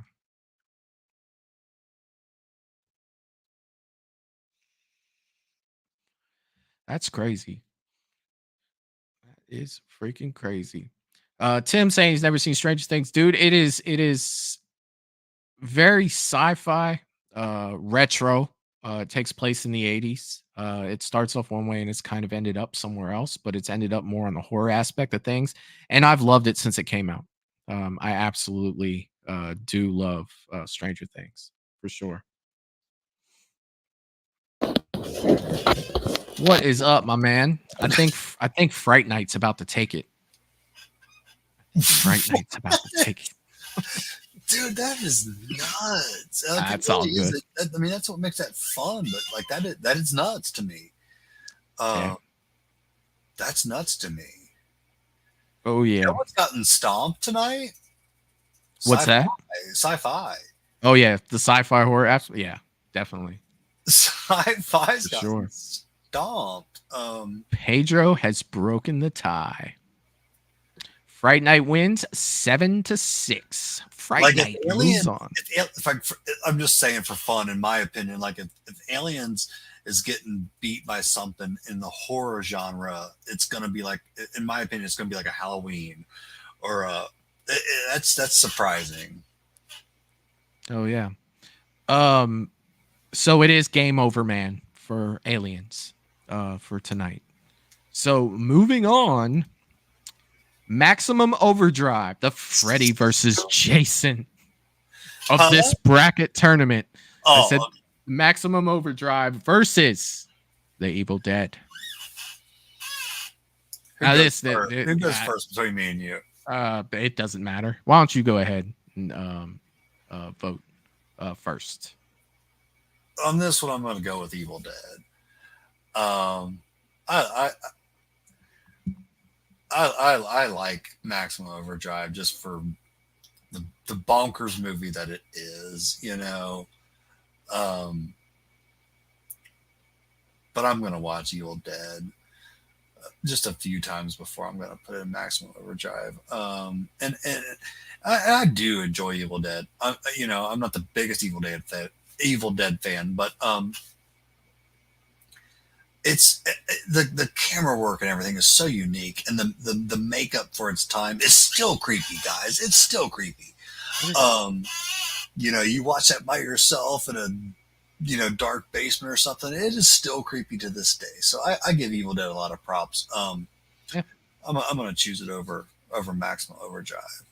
I'm gonna be with you on that one for sure. 100%. I'm going with Evil Dead over Maximum Overdrive. Now that doesn't mean that the rocky story of this tournament is over, because it's just our votes. It will be up to you guys to vote in the chat. Which one do you like, Maximum Overdrive or the Evil Dead? Vote now for sure. Dude, this one's been really fun. Or forever hold your peace. Yeah. This one has been really fun. I mean, right now we're in the row to go into the semifinals. So this is definitely the stakes are getting higher. The stakes are definitely getting higher with these wins. And even if Maximum Overdrive doesn't win, it went on a hell of a run, right? Oh my OMG, it did. Like when it first popped up there, I was surprised it was still there. It beat the Fog. It beat the Dead Zone. And why we're still like tallying those up, I do want to say one thing to everybody out there. When if you can, when Michael puts up these thumbnails, guys, if you could be so kind to go on there and hit that like button as soon as he puts those thumbnails up, guys, it would do absolutely wonders for the channel. It's something I, don't usually say or think about, but it does absolute wonders for the channel. So just something I'd like you guys to keep in mind, when he does get those out there, if you've got the time and you could do that, we so appreciate it. And it would do wonders for the channel. So I appreciate that, Matt. Yeah, it all works through the algorithm. Like if, let's say that, like we have 18 people in the chat right now, and let's say I put the thumbnail up tomorrow and all 18 of you would like it ahead of time, that would tell the YouTube algorithm like, hey, there's a lot of people that like what they're doing here, so we can push it out to people that have never seen this channel before. And then our community could grow and stuff like that. It just helps out the channel. I mean, it's thank you, Matt. Thank you for that. Yeah, and that's what we're doing, man. I absolutely love, you guys and the horror community. With the show, with the booth, man. I never thought I'd have as many friends. I never thought I'd have more than two in my entire life. But man, I've met so many great people in the horror industry, man. I love you guys, and that is what we are looking to build here, man. It's a small, tight knit horror community. So yeah, if we can build on that, dude, I'm all about it. For sure. So yeah, definitely. Yeah. And Matt, like we were talking too, man. Like it's like these are so much fun, dude. That it's crazy that we hadn't done this sooner, And again, I want to give a big shout out to Eric from the Beard Entertainment who showed me how to do these brackets so we could have these tournaments on here, man. It was so cool of him. Definitely. Hopefully. Eric has received his Chatterer bust, so I we got that mailed out early this week. Sometimes it can take a while, but yeah, man, that's cool that he showed you that, and yeah, hopefully he's received that as well. Yeah, he'll have to let us know, but hopefully he likes that, enjoys that. But we'll continue doing this cool stuff, guys, because I absolutely love it, and I freaking love the horror community, man. Evil Dead has beaten Maximum Overdrive 9-4. All right. Maximum Overdrive's time has ended. I feel like it's about time, but yeah, it had a hell of a run. This one for me, yeah. Friday 4 versus the Lost Boys. Yeah, we're on the same page, Michael. We're on the same page. But we also are on the same page because, if I'm not mistaken, for both of us, when we were doing our research and rewatching our wait. Oh, I'm sorry. I'm sorry. I'm getting them mixed up, guys. Michael, I don't know what the hell you're saying on this one. I was thinking it was Nightmare on Elm Street 4. It's Friday 4. You go ahead. I'll shut the hell up. I have no idea where you are on this one.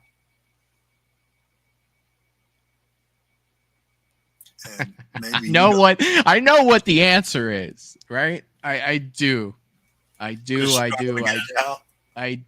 what the answer is, but it's like my lips won't let me say it. Can I say it? Because I think I know the answer for you. Yes. Go ahead. It's Friday 4.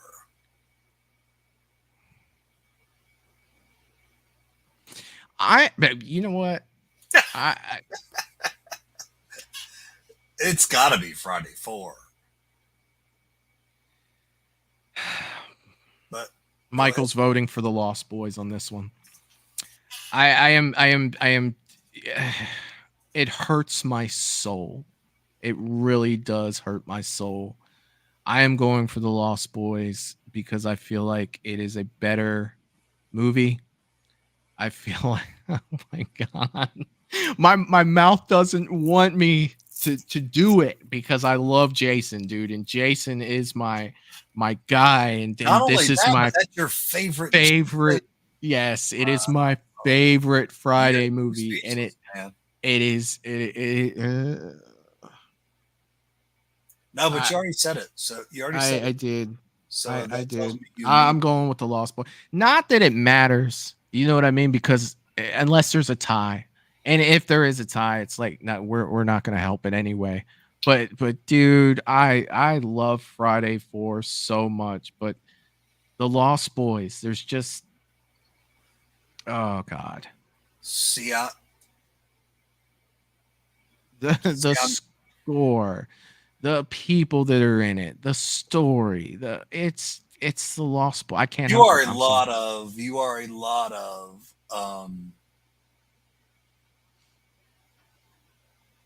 almost like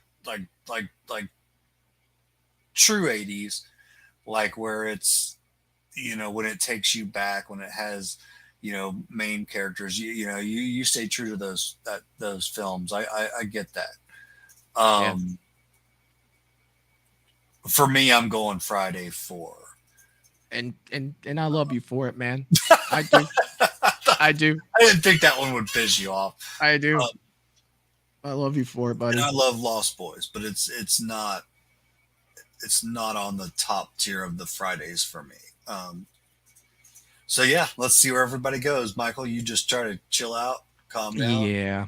Yeah, this was so tough for me, you guys, because you guys do know that Jason was everything. You know what I mean? But in sheer like, it is. Wayne just said the Lost Boys is iconic, and it is. Like it's bigger. Like it's just it's tough. Like I'm gonna dream about this tonight. The Lost Boys is the shit. It is the shit. And the Lost Boys wins 9-4. So I'll change my vote to Friday, so I feel better. You can't. I know I can't. That's not happening. But the Lost Boys has moved on. And it hurts my soul. And that wouldn't have done it for me. Like I love Lost Boys, but they would not be going on if it was up to me. The next one is pretty good. It's A Nightmare on Elm Street versus The Thing. So Freddy Krueger versus Kurt Russell and John Carpenter. The Thing. Do you want me to go first? Yeah, go ahead. Okay, Lance. I'm having that Predator moment you had earlier right now. Okay, I get it. You know what I mean? Take your time, man. For me, guys, I wanted to be on board and like The Thing. I did. I watched it not too long ago, and it does. I don't want to disrespect it. It just comes down to a little bit more. For me, it goes more in the sci-fi area than it does horror. Where A Nightmare on Elm Street for me, guys, it's way up there for one of my favorite horror films of all time. How unique the story of him getting to you through your dreams, how good Freddy looked, how well Robert Englund played him. So it's A Nightmare on Elm Street for me, like all day. It's a landslide for me. And no disrespect to The Thing, but for me, it's a landslide. I'm gonna go with Nightmare as well. This is Wes Craven's baby. This is what put Wes Craven on the map for me. I'm not saying it's the first thing he did, but it's definitely what put him on the map for me. For a lot of people. Yeah, it's Wes Craven's first tackle it. He created a horror icon with this. You know what I mean? Like that. There's a lot to be said. And that ruled the 80s. It was like you could almost see as much Freddy Krueger as you saw Michael Jordan. Like towards the end there, you could. He was on MTV and everything else. Yeah, he was. But if I'm holding them both, I'm watching Nightmare before I'm watching The Thing. But that's not putting anything, taking anything away from The Thing. It's fantastic. It really is a good movie. And yeah, I think that's the second time I voted against The Thing in a row as well, which is freaking crazy. It's real easy for me. Well, yeah, I know. You're just like, well, fuck it. It's yeah, I gotta go to Nightmare. I'm still trying to get over the last one, man. That was hard to do. It's real easy for me. That was hard to do, that last one.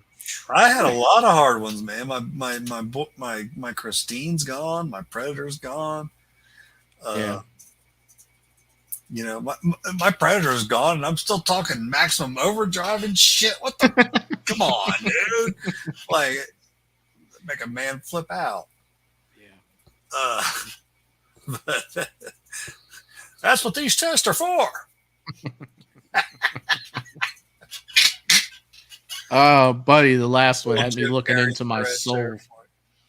That would have been like if somebody asked me that question, I would have just walked away. But you're kind of stuck here, and you just kind of have to be like, well, which one is it? And that's what makes these fun. Seriously. It's a close one. So if you have not voted, make sure that you vote now. Currently, A Nightmare on Elm Street is winning 7-6. And if you are a fan of The Thing, you better get your vote in. We got 21 people in the chat. Man, we only have 13 votes. Thing. So if one of the 8 of you do not like the way that this is going so far, cast your vote now. Wow. Going once, going twice. I don't know if you guys have seen. I'm thinking about getting it into the shop, but I was walking through Target, and there's this new NECA figure out that is from The Thing, and it's like the creation of like the the dog where he's like disfigured. Have you seen it, Michael? I haven't seen the figure. No, it's pretty sick, man. Hell, you guys let me know. If you think it's something that I should get and it would sell. Yeah. I'll get it. They don't they don't make a lot of stuff for The Thing. I know that, but it's pretty cool, Michael. It's you remember the dogs in the kennel? When they start like doing all the, what do you call it, metamorphosing or whatever, and then become the creatures and stuff.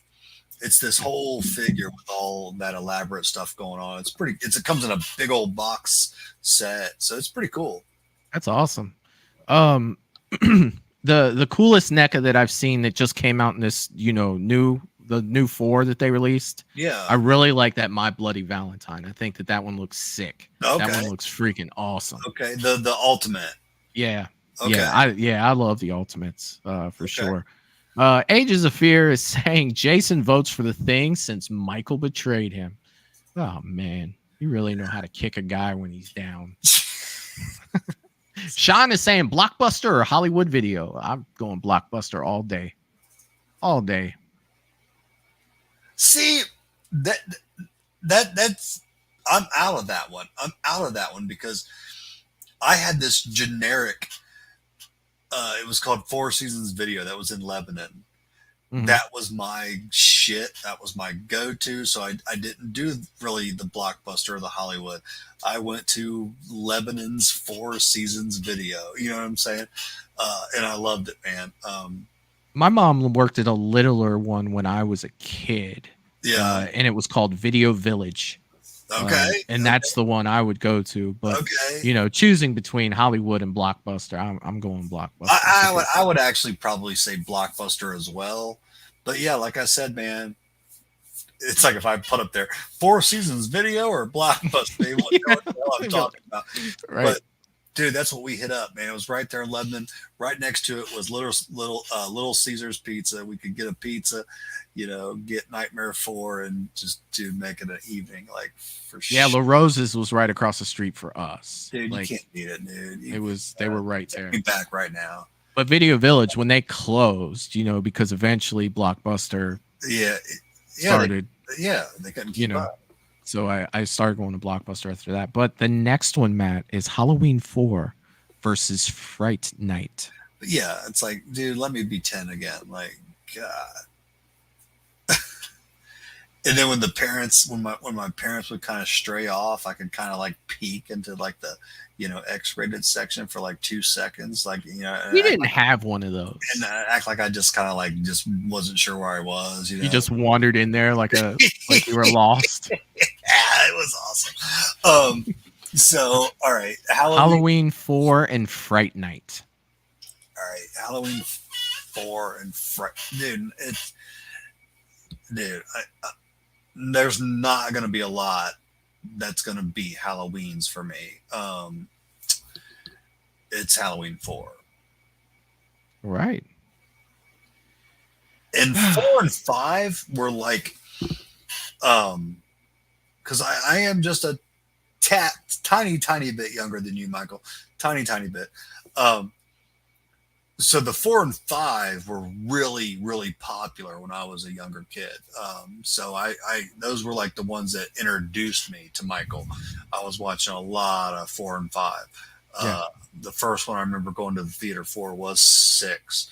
So you were kind of like growing up during the Thorn trilogy. Yeah. Yeah. Absolutely.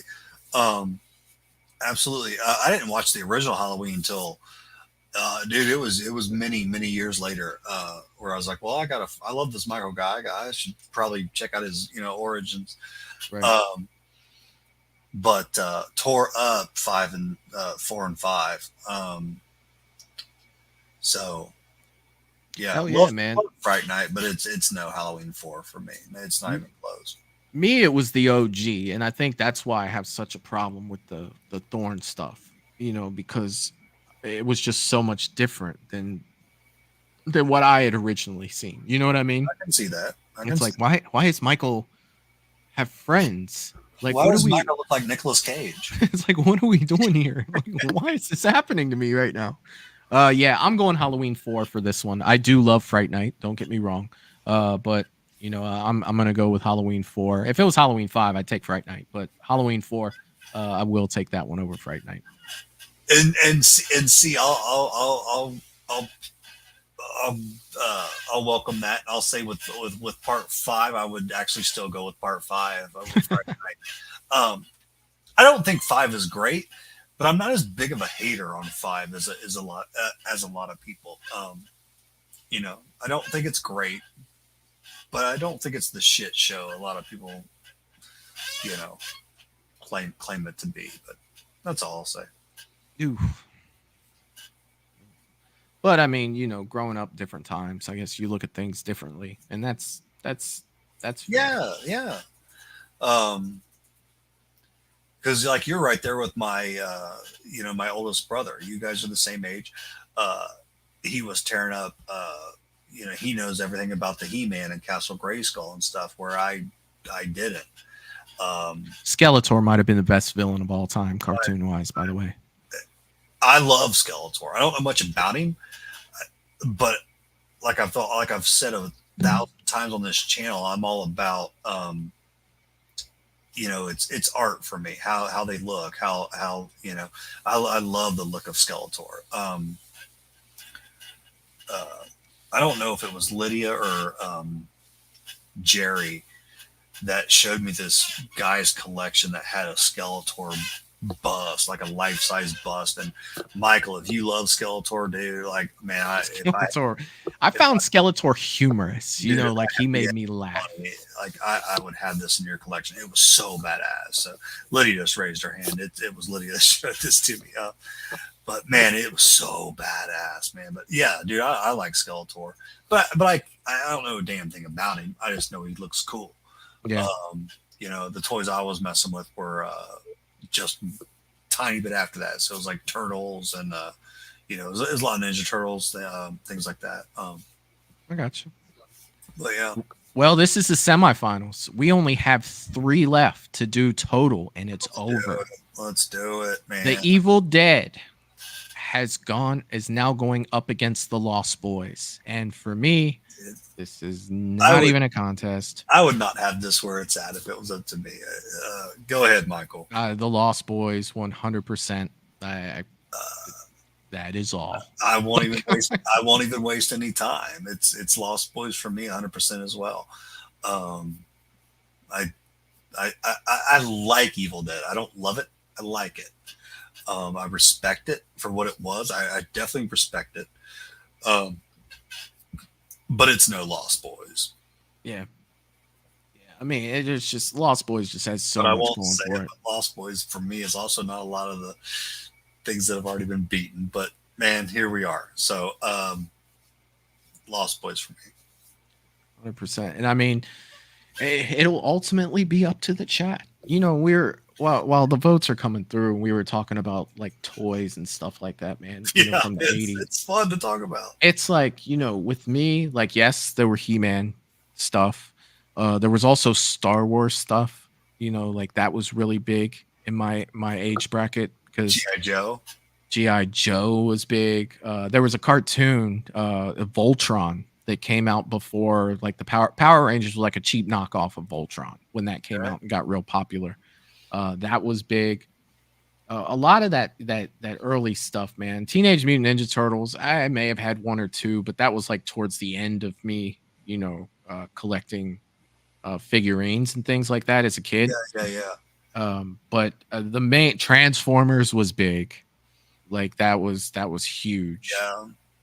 All that stuff, man. Like, dude, some of the G.I. Joe stuff, like we could never afford because they had this aircraft carrier, right? And John brings up Mask. Yeah, dude, Mask was awesome. and Thundercats from Jerry. Yeah, dude, it was sweet. G.I. Joe had this aircraft carrier, right? It was 6 feet long. It was called the USS Flag.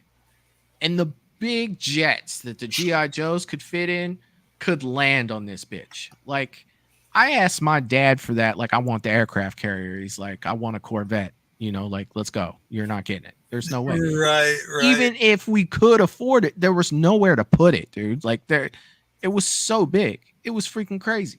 That is nuts. Now, what's My Pet Monster that Sean brought up? What is that? That was like this little rubber monster thing that was kind of like a puppet, but its like eyes moved and its mouth moved, and you could, if I'm thinking of the right thing, Sean, let me know, dude. Because it's either that or it was this tall blue like stuffed animal that Sean is one of the two. Sean is so fun to reminisce with the old stuff with But yeah, I was just, I'm not even trying to act like a young buck. I am not young by any means, but I was about 4 to 5 years away from you guys. When you're talking about 8 years old, it is a difference. You know what I mean? It is a difference. It is a difference. Here's one thing I want to say. It's not really off topic, but maybe a little. What's funny? What's really funny now is like when you're that age and you like think of an adult and you're like, they can drink alcohol, they can have whatever, sexual relations and stuff, and you know that stuff all sounds so awesome. Dude, I would give any of that up to be going to Walmart at 9 years old to get the super shredder again. You know what I'm saying? Like, right. I give it all up. And I just think that's wild to think about. Like, I think that's wild to think about. You just don't realize how badass you have it, man. It's, I would give it all up to go back to that, man. There was nothing like getting that action figure at 10 years old that you've been waiting for, that you bugged your parents to death about, and they finally got it for you. Like, dude, that was the shit. Wrestlers were real big when I was, I got the bunch of the wrestlers, the King Kong Bundys, the, Hacksaw Jim Duggins and all that stuff. But shit, we're way off topic. We got a tally yet? It's probably close. Sean was talking about check Google for the My Pet Monster. It was the blue thing that the second thing I said. So it was the blue stuffed animal thing. I'm trying to remember what the little rubber things were. They had like little arms on them, and they were freaking rubber. And Ages of Fear asked a good question, and I really don't know if I can answer that, dude, to be 100% Lone honest. Ranger and $6 million man toys. I don't remember that at all, John. That's awesome. He asks, Michael, is Lost Boys your favorite horror film of all time? You would almost think. And all I could say is that's a question. That is a question. You'd almost think, Michael. I'm actually waiting for your answer on that. I don't think it's a question I can answer. Of the 80s, maybe. But then you're going to talk about putting it up against the original Halloween, putting it up against Jaws, putting it up against the first Alien, putting it up against things like that, from the paranormal side that I really love, like the original Conjuring. Dude, like I said, that's a question. But let me ask you this. That's a question, Michael, if I can. You did have it beat out your favorite Jason. Right. Which I'm just.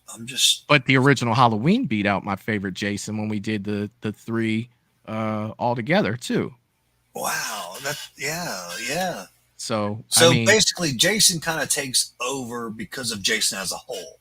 The entire franchise. Okay. Exactly. Okay. I'm not.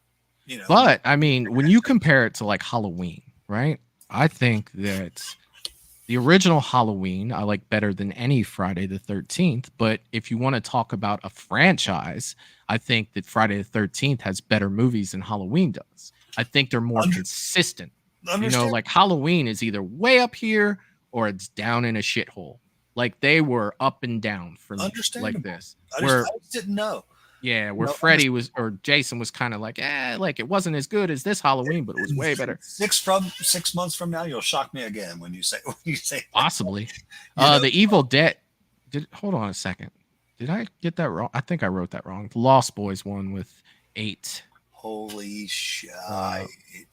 So the Lost Boys is 8. So where are we at now? This is getting good, guys. Yeah, this is getting down to the end here. We have Halloween 4 versus the OG Nightmare on Elm Street. The OG Nightmare on Elm Street versus Halloween 4. And Matt, you can have this one first. Cast your votes. A Nightmare on Elm Street. I Halloween actually 4. think I might possibly be throwing you guys for a loop, but I'm going with a Nightmare on Elm Street, and it's not even that close. I love that original that much, guys. I know I'm a guy that talks that I don't like the franchise all that much, and I stay true to that, but it does not mean that I don't like that original Nightmare on Elm Street. I mean, it's beaten out one of, Halloween 4 ranks fairly high on the Halloweens for me as well. Did that surprise you a little, Michael? A little bit, but I see it because you've always spoke in A Nightmare on Elm Street, the original. In very high regards. Yeah. You know what I mean? And I get it. Like, I'm piggybacking right off of you. I'm going with The Nightmare on Elm Street as well. And I love Halloween 4. Right. I do, but I don't think when you compare them movie wise, it's just like I feel like one's here and one's kind of down here. Yeah. Like it sucks. Don't get me wrong. I love Michael. I fucking love Michael. You know what I mean? But dude, I'm actually I'd have to go back and look. I don't know if it'd be my number one, but I have no issues with Nightmare on Elm Street taking the cake tonight. Like, it's a movie that it will never be duplicated. It was so I hate the word game changer, but it was a game changer. You know what I mean? For horror, it really was. Introduced us to Freddy Krueger, and he is still beloved. I mean, come on, guys. Michael, you've seen his line that you've met him. The guy can go anywhere to this day, and his line's out the door. Like it's unbelievable. He's a horror icon amongst horror icons. Like, and that first, and it was also one of the very, I don't say I never get scared, but I never, even as a kid, I didn't get scared that often. Right. I didn't get scared that often. But that original Nightmare on Elm Street scared the shit out of me. Yeah. It did. The girl, no running in the hallway to the Tina in the bloody bag, and it was creepy as shit, dude. It was, man. I can't say enough good things about that film. It had a little bit of everything. It was different. It was unique. And I mean, I think that, some people will be shocked by saying, oh, you took Nightmare over Halloween. That doesn't mean that I like Freddy more than I like Michael. You know what I mean? It doesn't. They're not even close for me. Right. And that's kind of how it went with the Lost Boys and Friday the 13th before me. Do you think I like the character of Michael better than Jason? No. Do you think I like, Kiefer Sutherland's character of David better than Jason? No. Do I like Corey Haim better than Jason? No. But movie wise, you know what I mean? Like I'm not asking, who do I like? This doesn't say Robert and it doesn't say Michael. You know what I mean? So when I go with A Nightmare on Elm Street, I just think that the OG Nightmare on Elm Street is a better movie than Halloween 4. And that's how I look at it with me. That's if that makes sense. I'll even go out on a limb here and say, guys, I'd have to get back with you if you're talking the original Halloween and the original Nightmare on Elm Street. Like they're for me, they're close. They're very close. I'm going OG Halloween on that one. And I know you are. Yeah. For me, and it might shock you guys. For me, they're very close. But then if you're talking character wise, Michael stomps Freddy for me, and I love Freddy. Yeah. There's just so many different things, Right. Pinhead stops, if you're talking character wise, he stomps a lot of characters for me where I like their movies better. Yeah. Yeah. Yeah. It's just different. But man, this was fun as hell, guys. I know. I know. Fun as hell. And yeah. So if you have not voted, there's only 11 votes and 19 people in the chat. If you have not voted yet, get your vote in now. We're in the semifinals. The winner of this will face the Lost Boys for the finals. Yeah. This isn't the finals? No, this is a semifinals. The Lost Boys is in the finals. Okay. Yeah. And one thing I was gonna tell the chat and everything, Michael and I might talk, but we might look into, possibly maybe getting some shows in where we might talk about some older horror films, and some more rare horror films. It might be something that we might look into down the road. We'll see. I love talking Friday the 13th, Halloween and stuff. But I know there's a lot of people that like to talk about, like Universal and the Hammer horror films and stuff. So, yeah, I'll talk to you about that, Michael. We'll see if we can, down the road, maybe make some of that happen. Of course. I think that'd be cool, talking some of the more rare horror films. And it would have me probably having to go and check some of them out, which would help me, expand my knowledge on horror. So I'm all about it. You start talking like Basket Case or, some of those, Chopping Mall. I've never seen Chopping Mall. But I'd love to go, visit those films. Yeah. So that's something we could do down the road for sure. Oh yeah. So Nightmare did win, and we have the finals. It is the Lost Boys versus A Nightmare on Elm Street.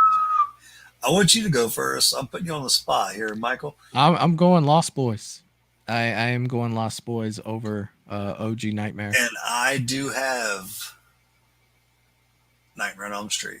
I'm going Nightmare on Elm Street. So we help nothing with a tie whatsoever. Yeah. Dude, this is so cool. Juggernauts. It is. Two Juggernauts. Like I thought it'd be Lost Boys versus Alice, Sweet Alice. Oh. No. You just never know. You never know. Alice, Sweet Alice, or maybe Terror Train. Terror Train was good. Michael, you need to see that one, I believe. Yeah, I didn't see that one yet. Yeah, check it out, man. Yeah. And I'll check out. What was the one you told me to check out tonight? What was that? It popped up early. Zone, something. Zone. Oh yeah, the Dead Zone. I'll check out Dead Zone. Christopher Walken. That's Christopher Walken. I mean, it's an earlier movie. You have to take that into account. Well, yeah, but it's it's a good movie. You've seen the Dead Zone. Right? I can't do Christopher Walken to save my life, but man, whenever somebody does, it cracks me the F up. Oh yeah. It's talking to this guy. So this guy, he's out in the jungle and he sees a lion. And the lion bit his ass and he was surprised. And it's like, yeah, I can't do him either, but he makes me fucking laugh. It's better than mine, though. He makes me fucking laugh. Yeah, dude, he does, man. Yeah, I'll check out the Dead Zone. Yeah, dude, and it's been a while since I've seen it. It might be a fucking fun rewatch to take a look at for the simple fact that I probably haven't seen that movie in almost 10 years. Oh, Kim is going with Nightmare. Jeff is going with Nightmare. Did you the Dead Zone, they made a show with Anthony Michael Hall called The Dead Zone. It was based off of Christopher Walken's Dead Zone, and that wasn't bad either. Oh, I mean, it wasn't great, but it wasn't bad.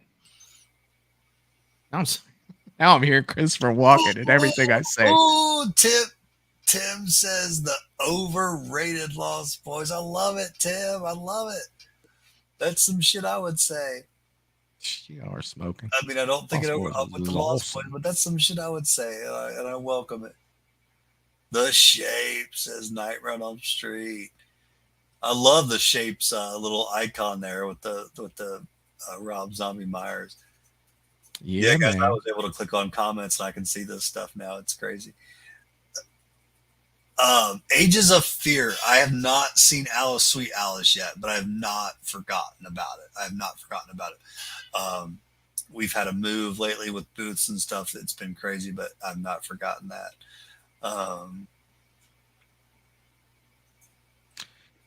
If you have not voted in the finals, please make sure that you do. Please make sure that you vote. This is the finals. This is the last one. Terror Train. I do want you to see that, Michael. And it's cool. It's got I still have to watch The Exorcist Believer. I still haven't finished that yet. Oh, okay. I've seen that twice now. I still haven't even finished that yet. What's cool about Terror Train? It's got some really cool, creepy old Mask in it. You guys know I'm a fan of Mask. It's got some really cool Mask in the film. And there was a I don't know if they were like knockoffs, but they were on Shudder, and they were I think they were called Terror Train. They were like parts 2 and 3 and stuff, but they were newer. Mm-hmm. And they were fun to pass some time, and like I watched those too. Yeah, I mean, I'm not, opposed to watching anything. It's just trying to find the time. You know what I mean? Like that's the hardest thing for me. Yeah. And Nightmare has officially won 7-5. So Nightmare will move on to the finals.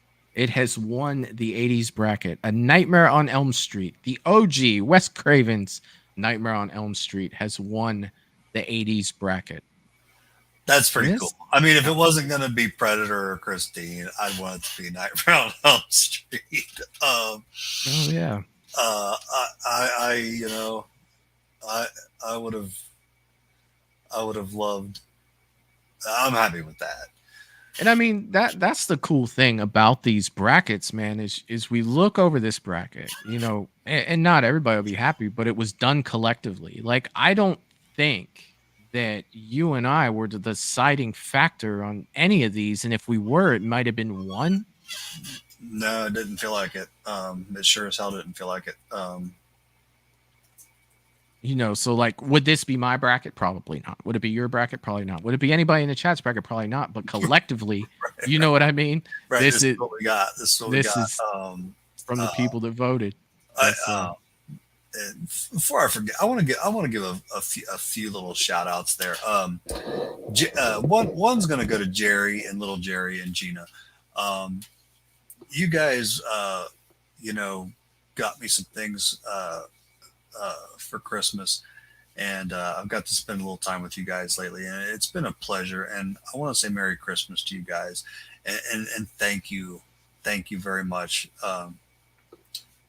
for what you've given me, and also to John and Kim. It's the same.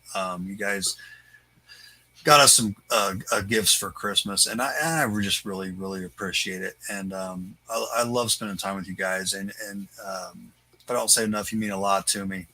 And I just want to say I appreciate you, and Merry Christmas. Thank you guys very much. I want to say that those things do not go without, being seen and heard. So, and it's my pleasure, Michael.